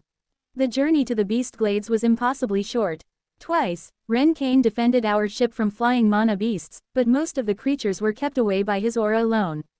When we reached our destination, he did not land the ship. Instead, it dissolved beneath our feet. Left standing on small stone discs, Lyra and I floated gently to the ground, while Ren did the same in his throne. Flashbacks of Cecilia tracking Mordain and Chull to the hearth played behind my eyes, and the answering guilt twisted my stomach. That wasn't me, I reminded myself. Ren floated us down a deep ravine that entered into one of the many dungeons that dotted the Beast Glades. Inside, we found the mana beast slaughtered. Ren shielded us all in mana and flew ahead. Lyra and I jogged to keep up. Technically I could fly, but my control wasn't perfect. I didn't want to bounce off the walls like a manic baby bird trying to keep up with the Asura. Although I, or rather Cecilia, hadn't entered into this dungeon, I still recognized the shape of it. When we came to the large black doors into the hearth, Ren finally slowed. The doors, carved of charwood and imbued with mana, were engraved with the image of a phoenix with its wings spread and inset with metal that gleamed orange in any light. Ren hammered on them impatiently. They opened without delay, revealing a muscular man who stood over 7 feet tall. A bear-like mana beast that reminded me forcefully of Boo, only much larger, stood at his side. Its small dark eyes pierced us one by one, and it gave a low growl. Ren Kane IV, the giant said, his voice a deep rumble that I felt in my bones. He was obviously a Surin, but I wasn't sure of his race beyond that. There was a metallic tinge to his mana signature that felt similar to Ren Kane's, making me think perhaps he was a Titan. This is an unexpected visit. Ren scoffed. Could have fooled me. The red carpet was all but rolled out. Why is the dungeon clear, Evasir? The other Asura cocked his bald head slightly. Mordain has been keeping a closer eye than usual on the outside world. The scouts require clear passage. Ren frowned thoughtfully, but he didn't comment on what Evasir said. Bah, are you going to invite us in or should we wait for this dungeon to devour the scourges, mana and birth them all over again?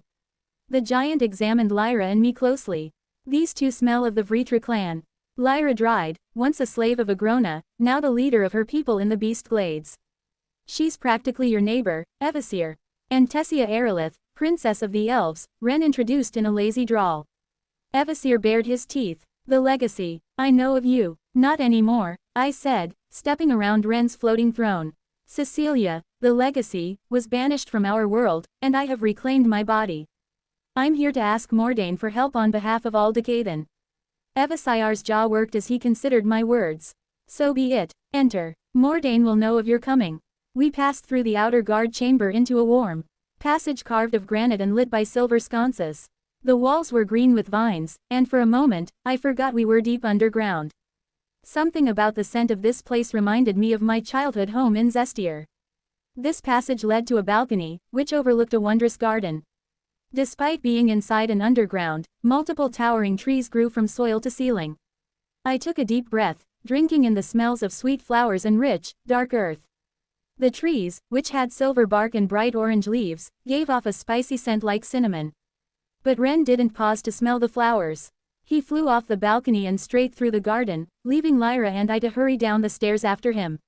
A handful of people with burning eyes and hair, phoenixes, watched us enter from around the garden. They all wore nearly identical expressions of reserved concern. Ren glanced back to see us flagging behind. The ground lifted up beneath us, and a disc of stone whisked after him. I went to one knee and grabbed the edge of the disc, my stomach flipping. Beside me, Lyra did the same. Wide tunnels flashed past until we came out high up in another huge room. Like some kind of theater, several layers of balconies encircled a stage that held a large circular table. Only a single figure sat at the table. He stood as Ren approached. The floating throne melted away, and Ren's feet touched down smoothly onto the ground. Lyra and I landed just behind him, stumbling onto the platform. Something shuffled from the rail of the closest balcony, a green, horned owl. I recognized the creature from my time in Xyrus Academy. Hello, Tessia Aerolith, it said softly as Mordain and Ren greeted each other. Welcome to the hearth. Welcome indeed, Mordain echoed, stepping around Ren and holding out his arms wide. I had seen Mordain through Cecilia's eyes when she attacked Chull, but this was my first time meeting him in person as myself. Glowing markings ran down the sides of his surprisingly youthful face, but they were rendered dim by the brightness of his eyes, which glowed like the sun. His golden, feather-embroidered robe flowed around him when he moved, as did his untamed mane of fiery hair. "This one almost looks as if she belongs here," he said jauntily, looking at Lyra's hair. "Lady Lyra of Highblood Dried, if I am not mistaken." He folded both her hands into his own as she gaped in surprise. When he turned his face toward me, his expression softened into a complicated smile. "Ah, Lady Aerolith, it is both a pleasure and an honor to have you here." My cheeks reddened. The way the Phoenix Lord spoke and looked at us, it was like we were the only people that mattered in the whole world. "Come, sit, tell me why you are here." We all took seats around his table, and Lyra recounted the message she'd received from Alakria, as well as the discussion with the dwarves in Vildoriel. Mordain listened with careful patience. He didn't interrupt, even to ask questions, and seemed to hang on to every word. When she was finished, he let out a long, thoughtful hum. We felt this disturbance even here. A great outpouring of mana, and an even greater swelling back in on the source. My mouth fell open as I stared at him in shock. "What?" Ren was quick to say, uncrossing his legs and leaning forward over the table. "I didn't sense it." Mordain gave him an understanding look. "Your sight is inward, Ren. We have been gazing outward. How could something be so powerful that it was felt across the entire ocean?" Lyra asked breathlessly. "What was it?" Mordain gave a small shake of his head, turning regretful. "I do not know, my dear, but I admit that it strikes fear into my heart." "Will you help us then?" I asked too, quickly. I swallowed down my anxiety and straightened my posture. "Please, can you help us get a message to Arthur?" Mordain opened his mouth to speak, but a blaze of power filled the chamber, crashing down on us like a comet. I instinctively wrapped myself in mana as I jumped up from my seat.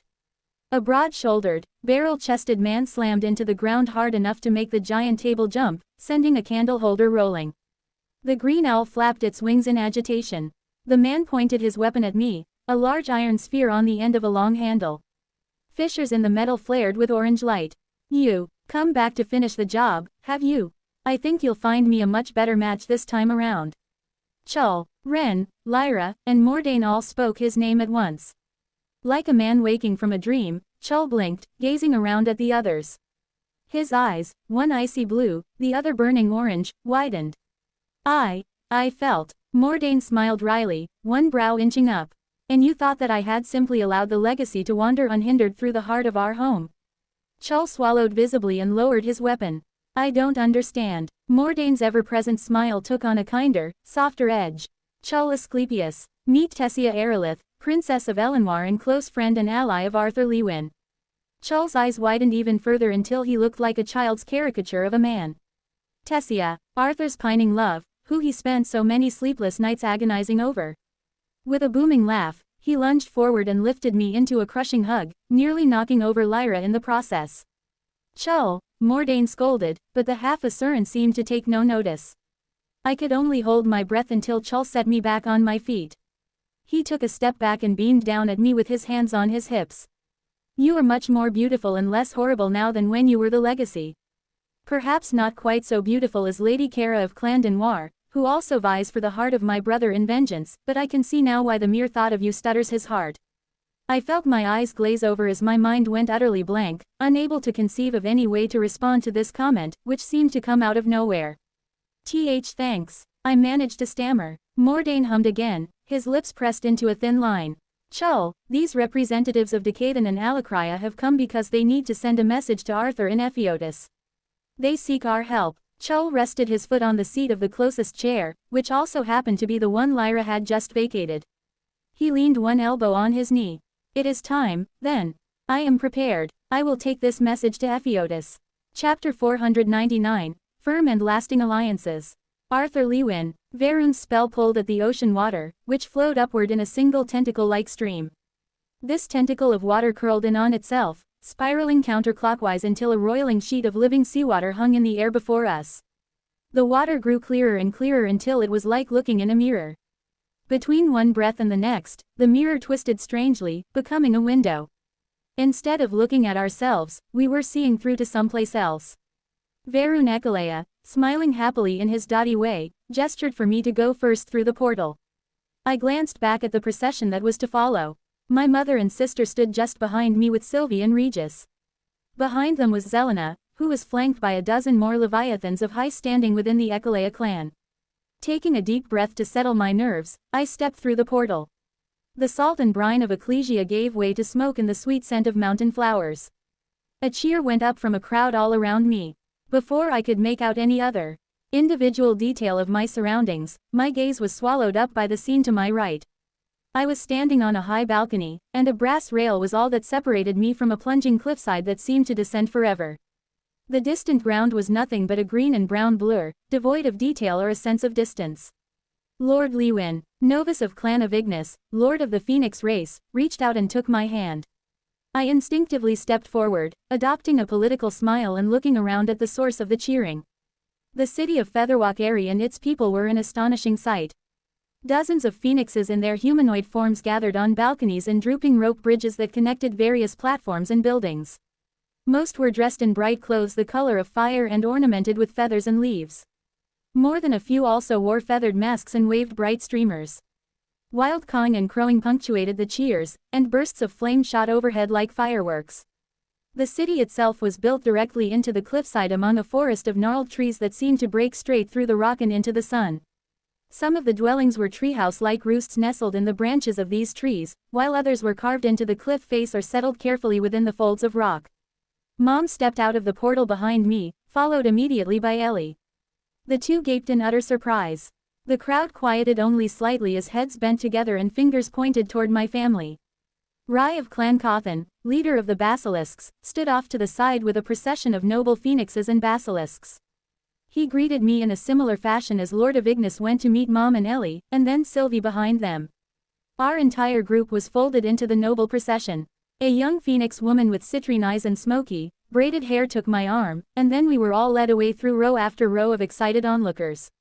I certainly wasn't expecting such a vocal reception, I mused, looking around and waving. No one alive can remember a time when a new race was named into the Asuran family, the young woman said, beaming up at me. Novus clapped me on the back. My daughter speaks the truth, but I'll admit, I had an agenda. He grinned broadly as he reached out to take the hands of several phoenixes crowded against the rail to our right as we passed them. So far as I'm aware, you've experienced only the danger of Ephiotis, both in the wilderness and the conference chamber. I wanted you to see who we really are, Arthur. Who you are, now. I considered his words in silence as the progression continued. The sound of harps followed us, and then a soaring melody as first dozens, then hundreds of voices joined together in song. There were no words, but the song conveyed a sense of harmony and togetherness no less effectively for their absence. The procession delivered us to a huge semicircular platform that extended out from a fortress of woven wood, dark stone, and ashen tiles that crawled up the cliffside. An enormous bonfire had been prepared in a ring of black stones 20 feet wide. As we approached, the young woman guiding me smiled and indicated the conical structure of dark wood. Please, light the fire, Lord Lewin. I glanced around for some kind of tool but realized quickly that the phoenixes would have little use for such implements. They would expect me to be able to light the fire with mana. Realm Heart activated, conjuring amethyst runes along my body and beneath my eyes. I felt my hair begin to float up from my scalp. Taken by a moment of theatricality, I let my body float up from the ground as well, pulling free of the young woman's light grip. I rotated to face the singing crowd, which had followed us through the city. Thank you for such a warm and welcoming reception, I said, my voice ringing clear even through so much noise. My family, my clan, and I are honored to be here in your beautiful city. While the addition of the Archon race to the Asuran family tree may be unprecedented, so will the prosperity to come for all Asura. The crowd roared. I raised my hands out to my sides, and behind me, invisible particles of ether were wrapping around the dense fire attribute mana in the atmosphere. With ether, I drew the mana into the heart of the unlit bonfire, sharing my intent. The mana condensed, growing hot as it did, until the bonfire roared back at the crowd with an explosion of heat and light. My feet touched down on the smooth, dark wood that made up the platform. Lords of Ignis and Cawthon, along with their retinues, applauded politely, encouraging further cheering from the crowds of people. Seconds after the fire was lit, more Asura began to pour out of the fortress. Tables and chairs levitated into place around the bonfire, massive trays and pots of food arrayed on the tables, barrels of wine set at their ends, and in what seemed like only a few moments, an enormous banquet had been laid out. "Please, feast and celebrate," Novus announced to his people. "Today marks the beginning of a new age of unification between the Asuran races." Grinning, he led the way into the fortress, the heavy charwood doors of which were held open by armed and armored phoenixes. His daughter took my arm again and guided me along after him. "Seems like you've got an admirer," Sylvie thought teasingly. "I thought opposites attract," Regis asked, nearly bursting with eagerness. "But this princess sure does attract other princesses, doesn't he?" Trying to ignore them, I instead admired the fortress. Although imposing from the outside, the interior was warm and inviting. Natural wood made up the arches and supports, while the walls were crystal-encrusted stone. Thick rugs covered the floor of the grand hall, which had been arranged with a single long table running down the center. A blazing fire crackled in the hearth, and a number of attendants were already waiting. Novus sat at the head of the table. Rai sat to his left, while his daughter escorted me to the seat at his right hand. I sat, and she bowed respectfully and turned to find her own chair. "I'm sorry, I didn't ask your name," I said, wanting to be polite in front of the other lords. She smiled broadly at the question. "Nisha of Clan of Ignis, at your service, Lord Lewin." She spun, twirling the red and gold skirts she wore, and hurried to where a couple other young women had already sat down. They all put their heads together and giggled. Sylvie sat to my right, mother to hers, and then Ellie. Varun was seated across from us, next to Rai. A mixed company of phoenixes, basilisks, and leviathans filled in the rest of the spots down both sides of the long table. As soon as the table was full, the servants burst into motion to facilitate a steady flow of food and drinks to the table. The fair made the feast outside look like lunchtime back at the orphanage. I was pleased to see that a full tray was also brought to Regis, who lay by the fire and focused on absorbing ether from the dense atmosphere. Novus spoke a few words of greeting, then encouraged everyone to eat and make merry. The hall erupted with the sound of small talk and of utensils scraping against plates. "This is impressive," I said conversationally as I sampled a couple of small green berries. They popped in my mouth, releasing a bittersweet juice that was still somehow delicious. Rai chuckled around a mouthful of charred meat. "It is unfortunate that you chose to visit this old miser first." He pointed at Varun with the chunk of flesh in his hand. "Your visits to the distant clan homes deserve a certain amount of fanfare, Arthur. Ephiodus has a lot to offer you and your clan." "Don't be too hard on Varun," Novus said, washing down a mouthful of food with a drink from his gold, ruby-encrusted goblet. "I'm sure Arthur has learned more about Ephiodan mythology in a couple of days than we have in millennia." At first, Varun appeared not to be listening. After a few seconds, though, he said, "Those who do not learn their history are doomed to repeat it, lords." His mouth twitched with a suppressed smile, and his milky white eyes flicked to me, then away again rapidly. Rai, who seemed outwardly to be much more relaxed than when I'd met him at Castle Indrath, went on to chat about the expectations of membership in the Great Eight. He spoke first about the clan in general, speaking mostly to my mother and sister, then turned the conversation toward my role and expectations. As a new clan, and race, for that matter, establishing firm and lasting alliances will be essential. He stopped to chew, and when he resumed speaking, his voice was quieter. "It would be dangerous to assume that all Asura will be welcoming of you. Right now, your clan is small and protected only by you, their lord. In the worst case, you would be an easy target for even a weak clan." "Rai," Novus said in an admonishing tone. "Perhaps we could ease into the cutthroat politics." I waved off Novus's words. "No, that's all right. That's why I'm here. I assume as much as obvious. I want to know what dangers really face my clan. It is also dangerous to sugarcoat the situation, which would prevent me from being properly prepared." Sylvie bit her lip before asking, "Is that likely? A direct attack? Which clan or race would dare such a thing?" Rai fingered one of his horns nervously. "This is just a warning, Lady Sylvie. Your presence alone, your connection to the Indraths, gives you a political foothold against aggressive action. Maybe no one would be desperate enough to attack you so directly, so obviously. But I can't discount the danger entirely." I took my time chewing my food. King's Gambit was partially active, the godrune warm against my back as it redirected a consistent stream of ether up into my skull. Still, I wished I could have fully activated it. I hope I'm not preemptive, but I already consider the Avignas and Kothan clans to be my allies. And the Ecaleas as well, of course. Novus raised his glass. As we'd hope, of course. But more needs to be done. Regis, having scarfed down his food with obscene speed, sat on his haunches at my side. Sounds like a political marriage needs to be arranged, he chimed in. Novus and Rai glanced at each other, and I felt my stomach clench uncomfortably. Varun cleared his throat and opened his mouth to respond, but at the same moment, an attendant announced, Lady Meyer of Clan Indrath. The Asuras present in the hall stood as one, and the room went silent except for the continued announcements. Preya of the Inthira clan. Viria of the Inthira clan. Meyer stood in the door, silhouetted by the bright light outside. With her were a retinue of dragons, only one of which I recognized. Preya, the guardian of Everburn, where we'd spent the weeks after first returning to Epheotis, had her hair rolled into tight braids against her scalp. The scales around her eyes and down her cheeks gleamed iridescently, matching the pale gown she wore. Beside her was a younger dragon with the same pink hair and silver eyes. Her daughter, I thought immediately. The daughter was an inch or two taller, and her hair flowed in sweeping waves down over her shoulders. She wore a gown that was scaled and plaited like a battle dress. Teal scales were accented with light gray plates of armor and patches of chain. Her eyes, the color of melted silver, fixed on me immediately. The group of dragons began to enter, and the announcer said one more name. Chull of the Phoenix race. I stood up so suddenly that I nearly knocked my chair over. It wasn't until the Asura around Meyer moved that I saw him bringing up the rear. A boyish grin split his face when he caught sight of me.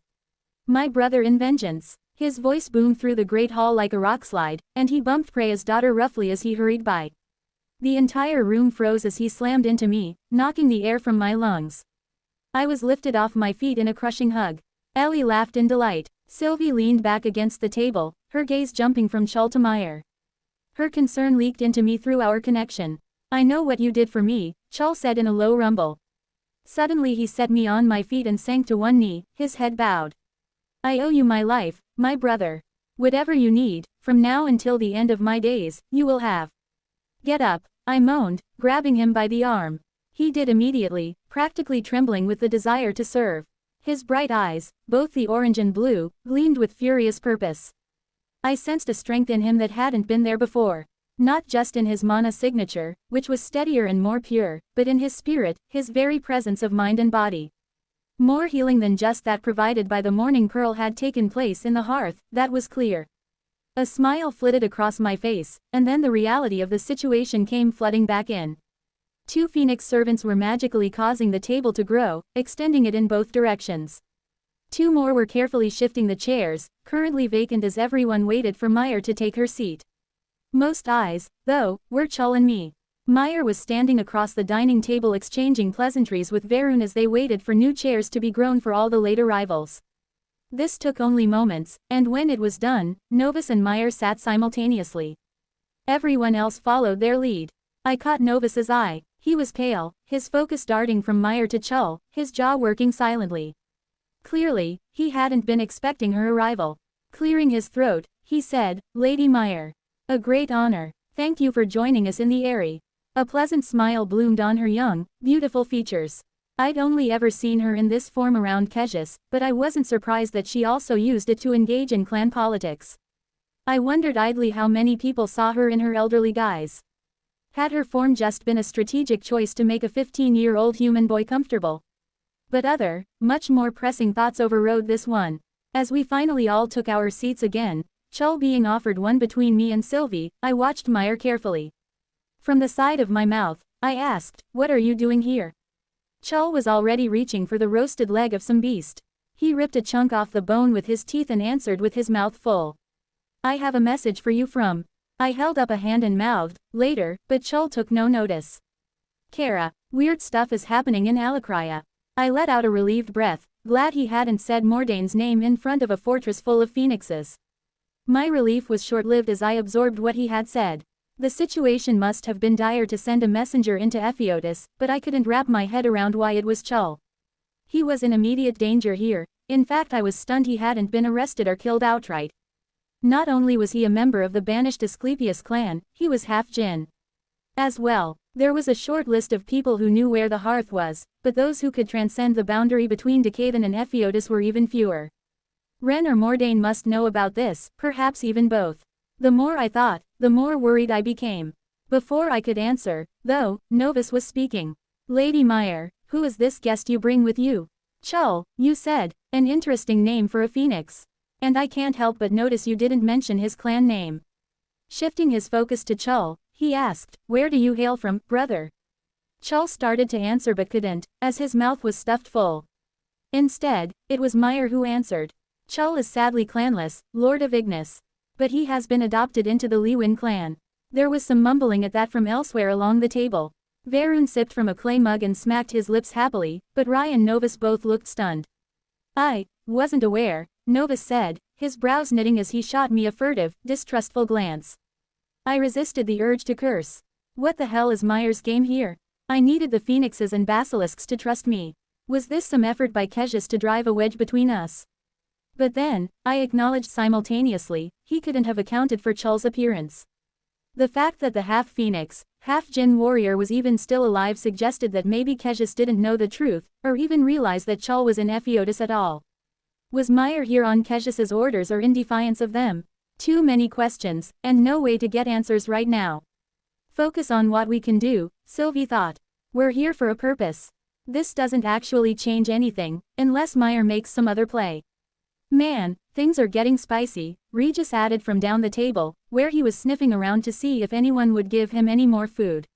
I, for one, think it's a power play. Kejus knows Mordain is still out there, and now they're telling you that they could do something about it, but they're not going to.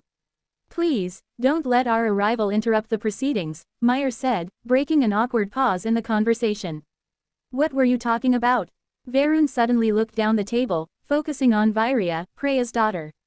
His face softened in a look of understanding.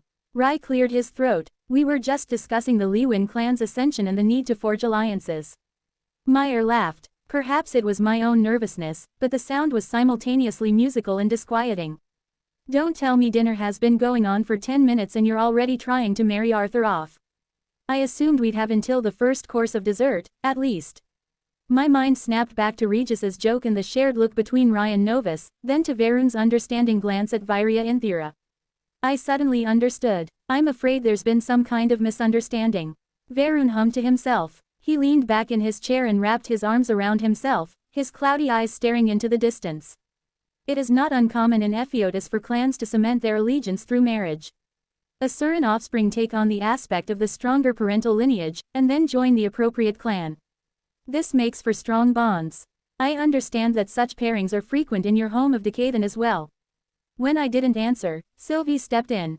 Yes, that's true, especially among the powerful. But Arthur can't get married. Ellie's voice carried up and down the table, and she immediately blushed bright red. When she continued, her voice was more controlled. He's already promised to someone back home. There are matters of the heart, and then there are matters of the clan, Rai said, hedging. Arthur, there is nothing you could do that would more firmly establish an alliance with any other clan. In particular, a vow of marriage between two great clans would be particularly impactful. I hope you don't get the wrong impression, Meyer said, a sad, tight-lipped smile softening her expression. It would be easy to come to the conclusion that clans Cawthon and Avignis only agreed to all this in order to empower themselves. Of course not, Novus said, looking equal parts affronted and nervous. Rai was silent, his thoughtful gaze on his hands in front of him. Varun, on the other hand, twiddled his thumbs and let his gaze drift around the hall, appearing bored. I wanted to tell them that a political marriage like they were suggesting was off the table, but I couldn't bring myself to do it. I was angry, not with them, but with myself. I should have foreseen this, planned for it. I could have had a response prepared. I thought all the way back to the meeting of the great clans in which they named me Archon. Even then, the other great lords had insisted a visit to their clan homes was expected. I was newly risen, unmarried with a small clan and no heir. It was such an obvious consideration to have made. Perhaps it's a good thing that I've forgotten to think like a king. Fear tamped down the thought immediately. Fear that my failure to foresee this was due to King's Gambit, not some change in my internal considerations. Not for the first time, I worried that I'd relied on the Godrune too much. Perhaps I was losing a step without it. Or maybe you're only human. Regis's mental voice pierced through the noise of my thoughts like an arrow. Who would have foreseen that you'd be propositioned by a whole pack of princesses? Sylvie continued to speak in my stead, deftly shifting the subject to other matters. She asked questions about the city and the two clans and shared details of her life in Decathan. Which is why I've officially taken the name of Liwin, she said, feigning nonchalance. Rai and Novus were stunned, as were the few other Asura close enough to hear. Meyer reached across the table to pat Sylvie's hand sympathetically. Oh, my dear, as much as your grandfather and I wish you would have been raised in Epheotis among your own kind, we know the truth. You are of Decathan, and your bond with Arthur is just as deep as the bond of blood that runs in your veins. Your choice is your own to make. We are simply glad to have you back among your own kind. No hint of the turmoil that churned beneath the surface of Sylvie's thoughts showed on her face. Thank you, grandmother. Now, Lord of Ignis, I was hoping we could circle back around to the animosity between clans. Perhaps you could enlighten me. I abandoned thoughts of this sudden marriage proposal, returning to the problem of Chul's arrival and the message he carried. Attempting to be subtle, I turned away from the conversation and made a show of examining an enormous crystal fresco that dominated a nearby wall. Whispering under my breath, I asked, what happened in Alakria? Chul also turned around in his seat. Oh, yes, that is quite lovely, he said very loudly. Quieter, he added, some kind of attack, maybe. Pulses of mana that drain the mana from others. Apparently the attack was felt across half of the continent. Some people even sensed it in Decathan. Kara, Saris, according to the message, which was delivered by Lyra and your pretty elf lady, they were stricken, but they survived. It killed the scythe, though. Dragoth. Apparently. I turned back around, tapping my fingers on the table. Mom was trying to catch my eye, but I signaled that I was okay. Should we leave? Sylvie asked while Meyer was discussing several of the other dragon clans and their relationships to the Indraths. This message had been carried by Tessia and Lyra Dried together, and Mordain had agreed with them that it was important enough to risk Chul's life sending him to Epheotis to deliver it. Clearly, this pulse of mana had been dire enough to set the highest powers on both continents into motion. Agrona could have left some trap to go off in his absence. Many wraiths were still potentially at large. The Jinn remnant, GA, likely still existed within the heart of Tegrin Kylum. I had no way of knowing for certain, but I also didn't know if my presence in Alakria would even help. In this message, were they asking me to come? I asked Chul as I reached past him for a roll I probably wouldn't eat. He leaned over to speak into my ear. The message was intended to reach you before you left. Lyra said only that you needed to know what was happening. I mulled this information over, but I couldn't simply weigh one danger against the other. Chul's appearance in Epheotis was a significant complication. By bringing him to Featherwalk Airy herself, Meyer was sending a message. I needed to understand what she was up to, but I couldn't ask with her sitting directly across the table. An idea came to me, and I sent my thoughts to Regis. He stood and yawned, complained loudly about eating too much, and then drifted into my body. Immediately, he drifted out again in his wisp form and passed into Chul's flesh. Chul flinched hard enough to send his drink tumbling. His cheeks blazed red as an attendant hurried over to clear away the mess with wind and fire. Ask him what Meyer was like when he first arrived here. There was a brief pause, during which Chul sat unnaturally still at my side. He says he was picked up almost immediately by a patrol of dragons. He claimed to be searching for you, so they took him to Indrath Castle. Lady Meyer met him there. She's been very nice, he says. Does she know who he really is? I sent, using Regis to converse nonverbally with Chul, similarly to how Regis had shared Tessia's final words when we thought she was dying. Oof. Yeah. Apparently he introduced himself as Chul of Clan Asclepius, brother in vengeance to Lord Arthur Lewin. To pretty much everybody. I stifled a groan. And Cassius? Does Cassius know? He isn't sure. Never saw him. Are you okay, Chul? Meyer asked. You don't look well. Chul cleared his throat and glanced at me from the corner of his eye. Regis slipped free of Chul's body and returned to mine. The big half-Asura immediately relaxed. Thank you, Lady Indrath. I am fine, just overwhelmed, my mother said, patting his hand. I've felt the same often since first being brought here. My eyes met Meyer's from across the table. This woman had been like a grandmother to me, once. She guided me along the first steps as I learned about ether. But I could no longer trust her. We can't leave, I thought in answer to Sylvie's question. Not yet, maybe not for a while. We'll have to trust that Kara and Saris can handle it, whatever it is. Regis, Sylvie, and I, our minds connected, sat in isolation from all the others, sharing the compounding burden of our worries. Chapter 500. Long-held tradition. The feast continued for quite some time. Conversation eventually turned away from alliances, marriages, and even Chul's appearance and lineage.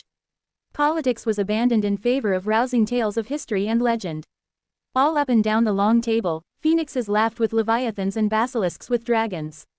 But I was not able to release the tension I carried. We must move the entire world toward the necessary future, relieving the pressure on the etheric realm and satisfying the etheric entity called fate. Decathan needs to be shielded from becoming the next civilization to fall at Kejus's whim. Epheotis has to be stabilized and prepared for the inevitable dissolution of the etheric realm. Now we have to worry about Alakria collapsing in some kind of mana vortex. Yeah, that about sums it up, Regis said, again lying in front of the roaring fireplace, his senses turned toward the conversations happening around the table. Easy peasy. Sylvie, who had been drawn into a conversation with Meyer, shot me a quick glance from the corner of her eye. At least we know what we have to do, and what we're up against. Mostly. I let my mind drift back to the keystone, but without King's Gambit active I couldn't effectively concentrate on those memories. Only a blurry, headache-inducing muddle occupied my brain, like a wad of string that only the Godrune could sort out.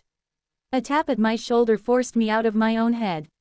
I looked up to see a young man, visually near my own age. He had the dark hair, red eyes, and horns of a basilisk, but unlike the Vritra, he also had an easy smile and pleasant manner.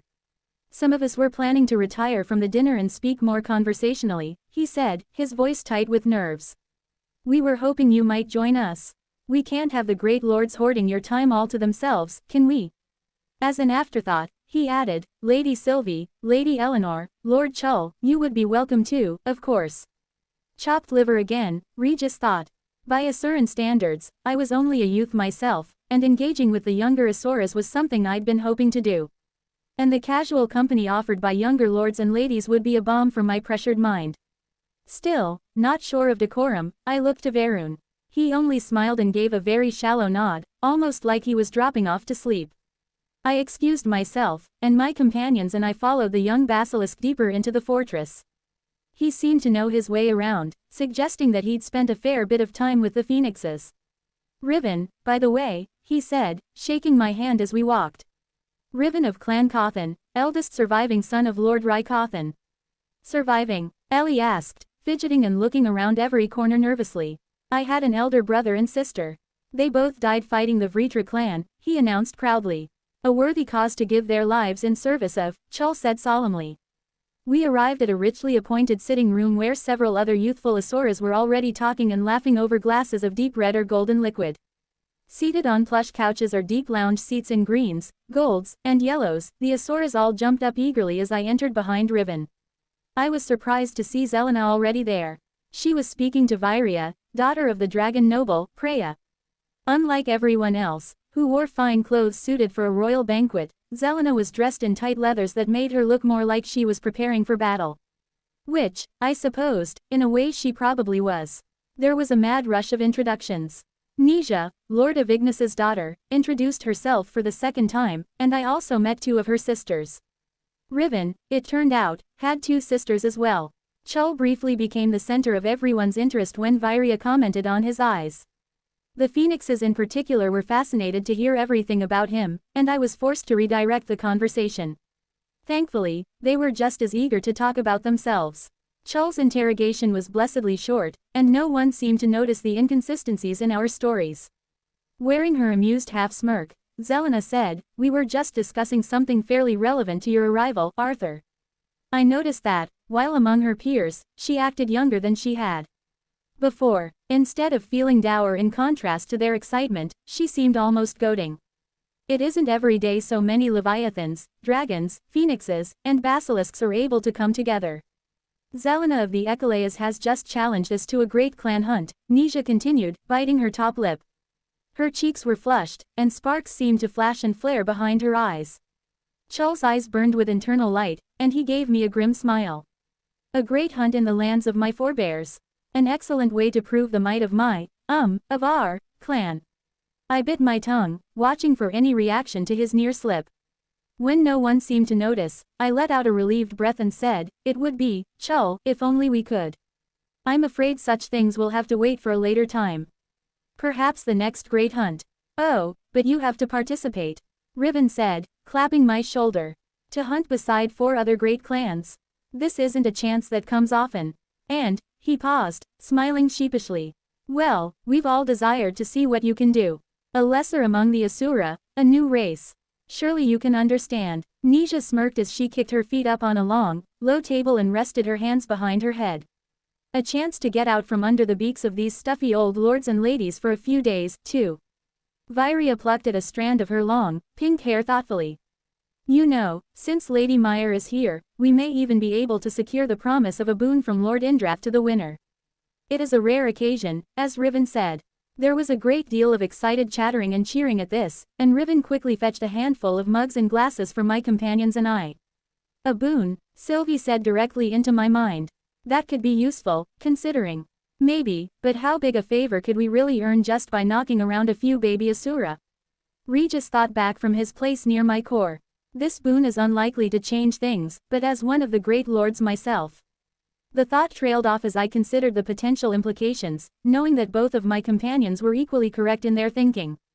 Ellie, who had taken a seat in one corner, out of the way, smiled up at the basilisk as he handed her a drink, but as soon as he turned away, her face fell.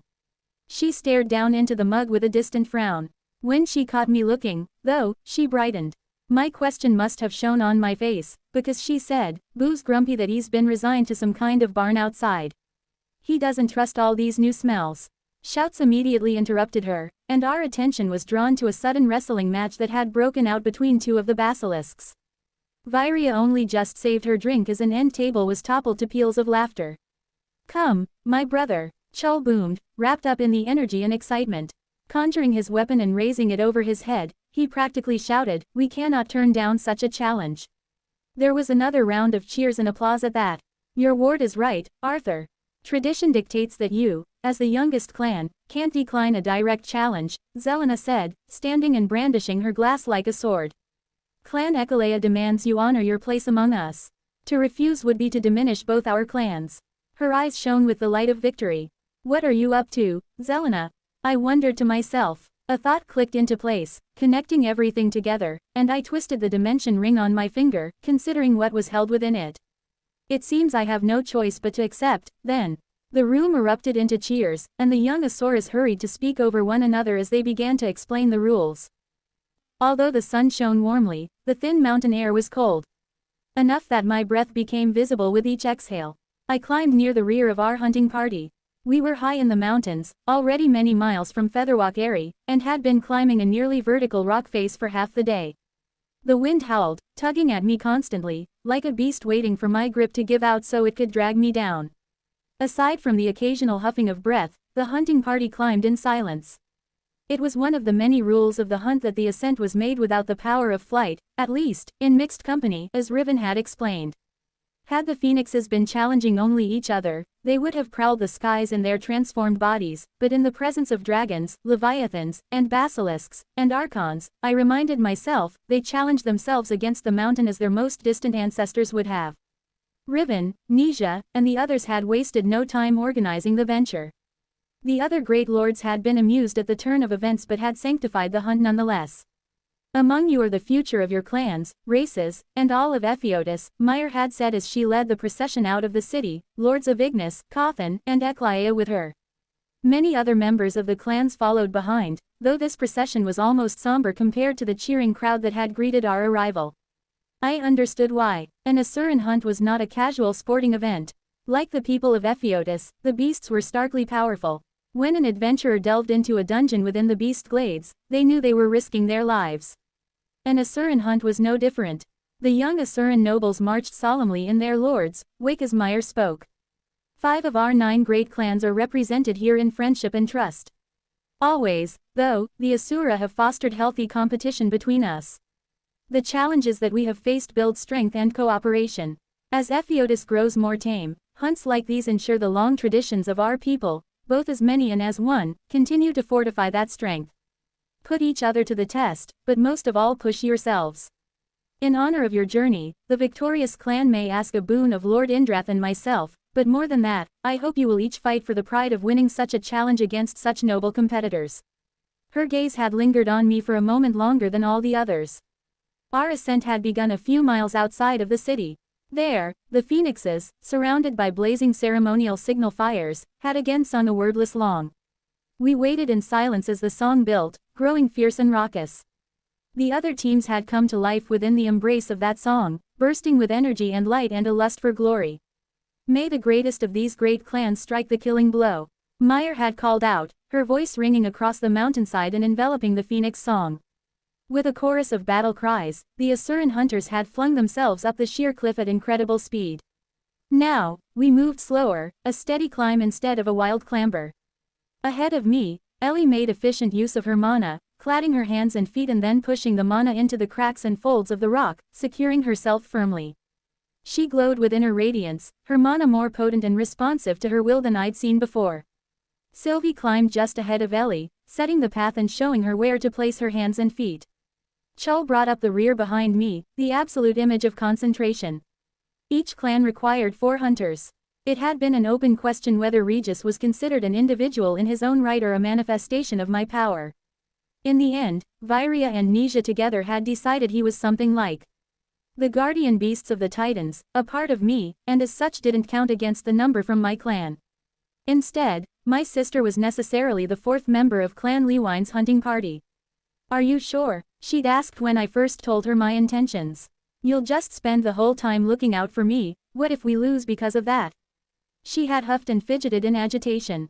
"I just wish I could, help you. You've done so much, given me so many opportunities, to train and get stronger, but I'm still just this thing you have to protect. Winning means surviving, so focus on that. You've earned a place here, and I want these Asuras to see how unique your mana techniques are." My expression softened, "And maybe they'll be able to help you get even stronger in a way that I can't.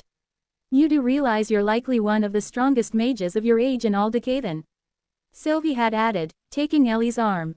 "Which still makes me the weakest person in Epheotis," Ellie answered grimly. She'd slapped herself on the cheeks and fixed herself with a determined expression.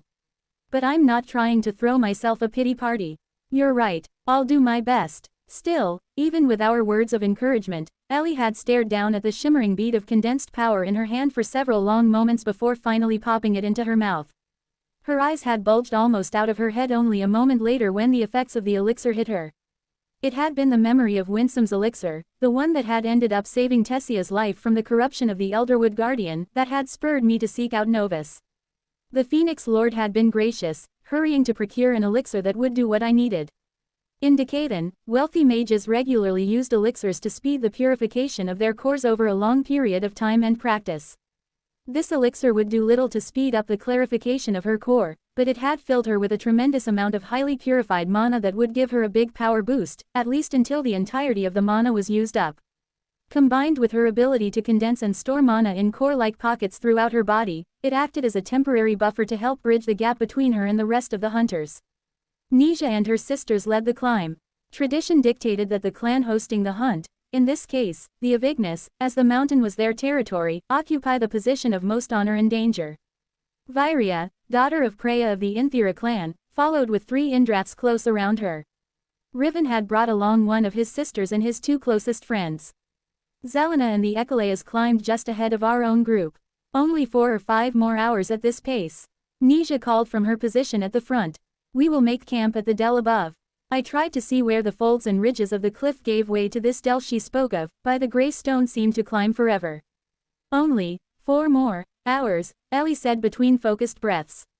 Almost as if in response to Nisia's shout, the mountain groaned beneath us.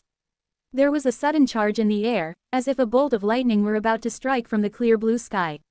Tension gripped the Asuras. "Move," Zelena shouted. The mountain roared in answer. A clawed fist of bare rock reached out of the mountainside and grabbed Vyria's ankle. The claw tore through Asuran flesh, sending drops of bright blood raining down from above, then the young dragon was jerked from the cliff face. One of the Indraths caught her, swinging her back to the cliff and into the arms of another. Steel flashed, and the stone appendage exploded in a hail of rocks and dust that cascaded down on the rest of us. "Mountain golems! A phoenix!" cried To my right, a head, shoulders, and one long arm bulged out of the rock. The golem had no eyes, nose, or mouth, but its every movement created a grinding, hostile growl. The arm swung at me like a club. As I reached up to catch the blow on my forearm, the dark scales of my relic armor feathered over my skin. An etheric blade condensed at my side and swung up, bursting through the stone limb before coming back down on the golem's neck. The figure ruptured, its disparate parts tumbling into the mist below. I flexed my hand, which stung from the force of the impact. Stay sharp. These things hit hard. Golems were appearing from all around. Sometimes it was just limbs, other times it was scrambling humanoid figures of stone that clutched at the Asuras and tried to pull them off the mountainside. Above, the torso of a golem grappled a leviathan, tackling them free of their handholds. They launched backwards, away from the wall, and plunged like a meteor toward the valley miles below. Sylvie was struggling against a stone fist that was clawing at her throat. She wrapped her hand around the golem's wrist and bright white light erupted from her. The arm shattered, but not before leaving deep gouges down both sides of her neck. The cliff ruptured as a waterfall burst from the fissures. The water reached out and wrapped around the falling leviathan. Several darts flew, I didn't see from where, and the grappling golem burst apart.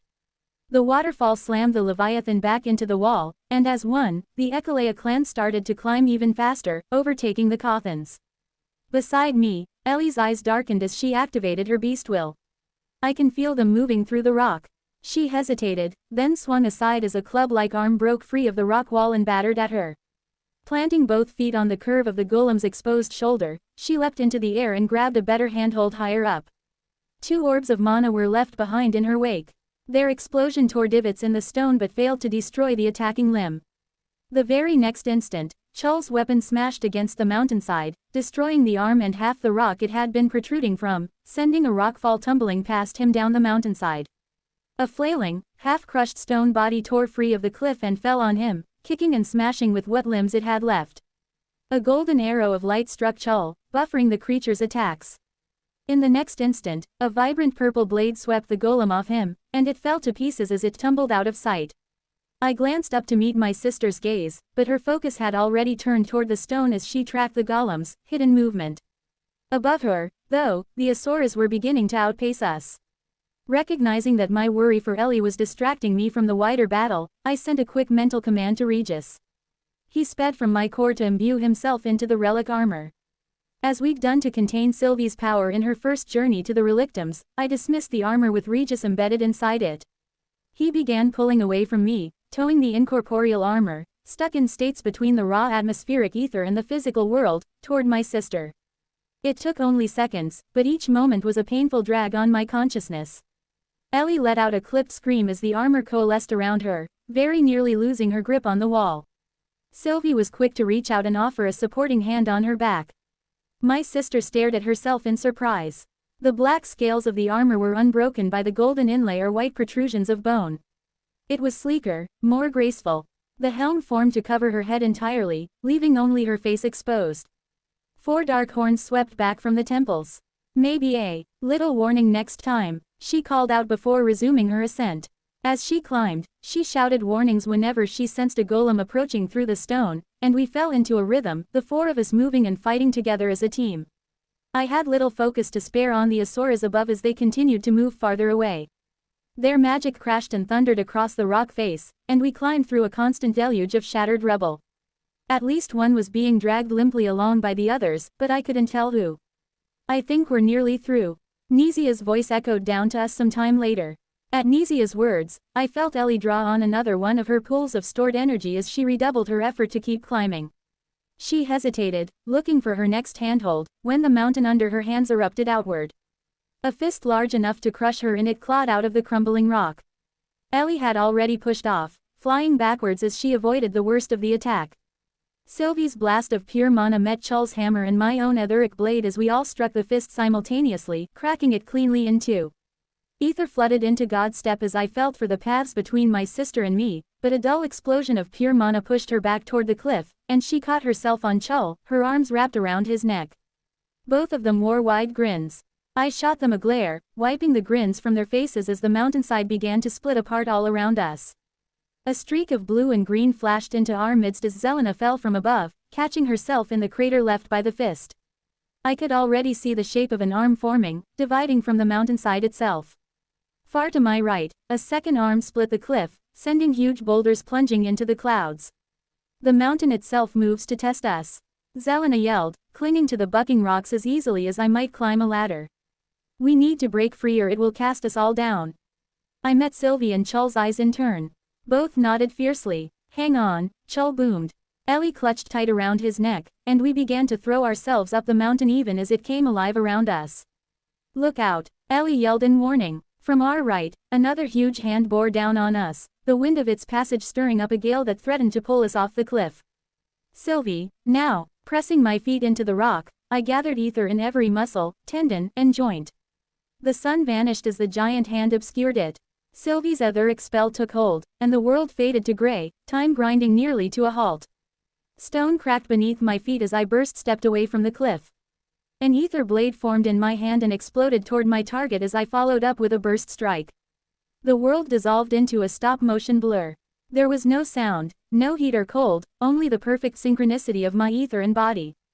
I was out in open sky, blue above, gray below, and then the rush of wind came back, and the avalanche noise of shattering rock. Turning in the air, I looked back at the cliff face. The stump of a gargantuan arm flailed, the hand flying away in a shockwave of scree from where I'd struck it. The wrist crumbled and fissures raced up the arm.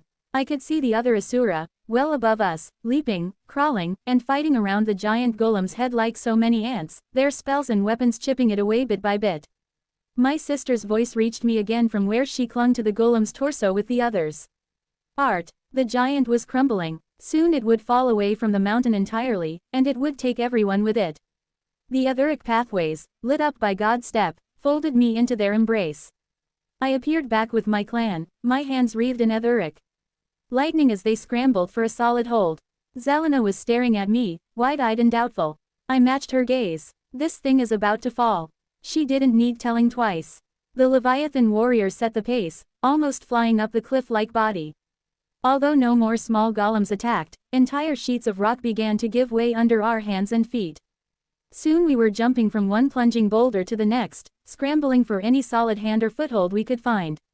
We weren't going to make it. The scene lurched, again dimming as Sylvie's ether art clenched like a fist around time. She was sweating profusely and her eyes had lost focus. Zelena, caught in the spell with us, looked around in confusion and dismay. Go, I shouted, dragging Sylvie's arm around my shoulder and hauling her bodily up the cliff as I leapt from hold to hold, Chul on my heels. It was only when I grabbed onto a ridge that wasn't moving that I realized we had passed beyond the golem's body. In the same instant, the light returned, as did the full volume of the sound. The noise was catastrophic, the tumbling and smashing of stone on stone enough to make my ears ring. The air was choked with dust. Sylvie was pale, her eyes darting, her thoughts struggling to come into line with our sudden relative safety. Even Chul's grin had faded. Is this not the great beast we've come to hunt? He had to shout to be heard over the colossal rockfall. Zelena scoffed. Come, it seems the others have found a place to rest our hands. This hunt is only just beginning. We followed her and the others to a narrow shelf of rock just wide enough for all of us to sit or lie down. The other Asuras cheered as we climbed up over the edge. Ellie flopped off Chul's back and lay panting. She had several shallow lacerations across her face, and according to Regis her fingertips were bleeding, but otherwise she seemed well enough. Perhaps this would be a good time to start rethinking tradition, I said to no one in particular. First, the whole, no flying, rule while ascending the mountainside. Riven stood with one hand against the cliff wall, staring out at the endless sea of clouds and mist. Tradition informs who we are, where we've come from. In this case, the challenge is the purpose. The mountain itself agrees with me. It has tested us, and we have passed. And you're prepared to die for this? I asked, genuinely curious. It was one of Riven's friends who answered. Death is always a tragedy, but never a thing to fear. He had his back pressed up against the wall, his face pale and teeth clenched. One of Nizia's sisters knelt before the basilisk, her hands glowing with heat. Only then did I realize the young basilisk warrior's left arm had been ripped free at the elbow. The phoenix was burning the wound closed. How far would any of us ever get if we stayed at home, surrounded by thick walls and nervous guards, terrified of death at every turn? Surely your own path to strength wasn't walked in safety? Zelena asked, leaning back against the cliff with one knee tucked up to her chest, her arms wrapped around it. She cast a glance at the wounded basilisk, but there was no pity in her gaze. You yourself have ascended much farther than anyone here, as you began so low. You did not do this without desperate challenge. I stared down over the edge, remembering a time, a very long time ago now, when I had fallen. No, my life has rarely been safe. But the challenges I faced were just as rarely optional. So you tell yourself, Zelena said. She tucked her legs beneath her and leaned forward. I may not know your whole story, Arthur Lewin, but I know enough. No fight comes to us that we do not choose to engage in, just as we have chosen to follow the old phoenix. Ways and climb this mountain by hand. Lives of ease and emptiness could be ours with the whisper of a word, but then how would any of us be ready to lead our clans when the time comes? We would grow soft and slow, and stupid, feasting on the hardship of others while giving nothing in return, Viria said. She pulled the tie from her hair, letting the pink waves spill around her shoulders with a shake. One of the Indraths tended her wounded ankle. In a time of peace, with no wars to be fought or colossal beasts to be slain, it is up to us to forge our own strength. Was that not a colossal beast? Ellie asked. The Asuras laughed, even the one-armed basilisk, and Riven handed her a skin full of some mana-rich liquid. She made a face when she drank from it, but then her eyes went wide and she took a much longer drink. Riven laughed again. Not too much, or you'll fall off the mountainside. Easy silence settled over the hunting party. As one, we stared out into the infinite expanse, each lost in our own thoughts.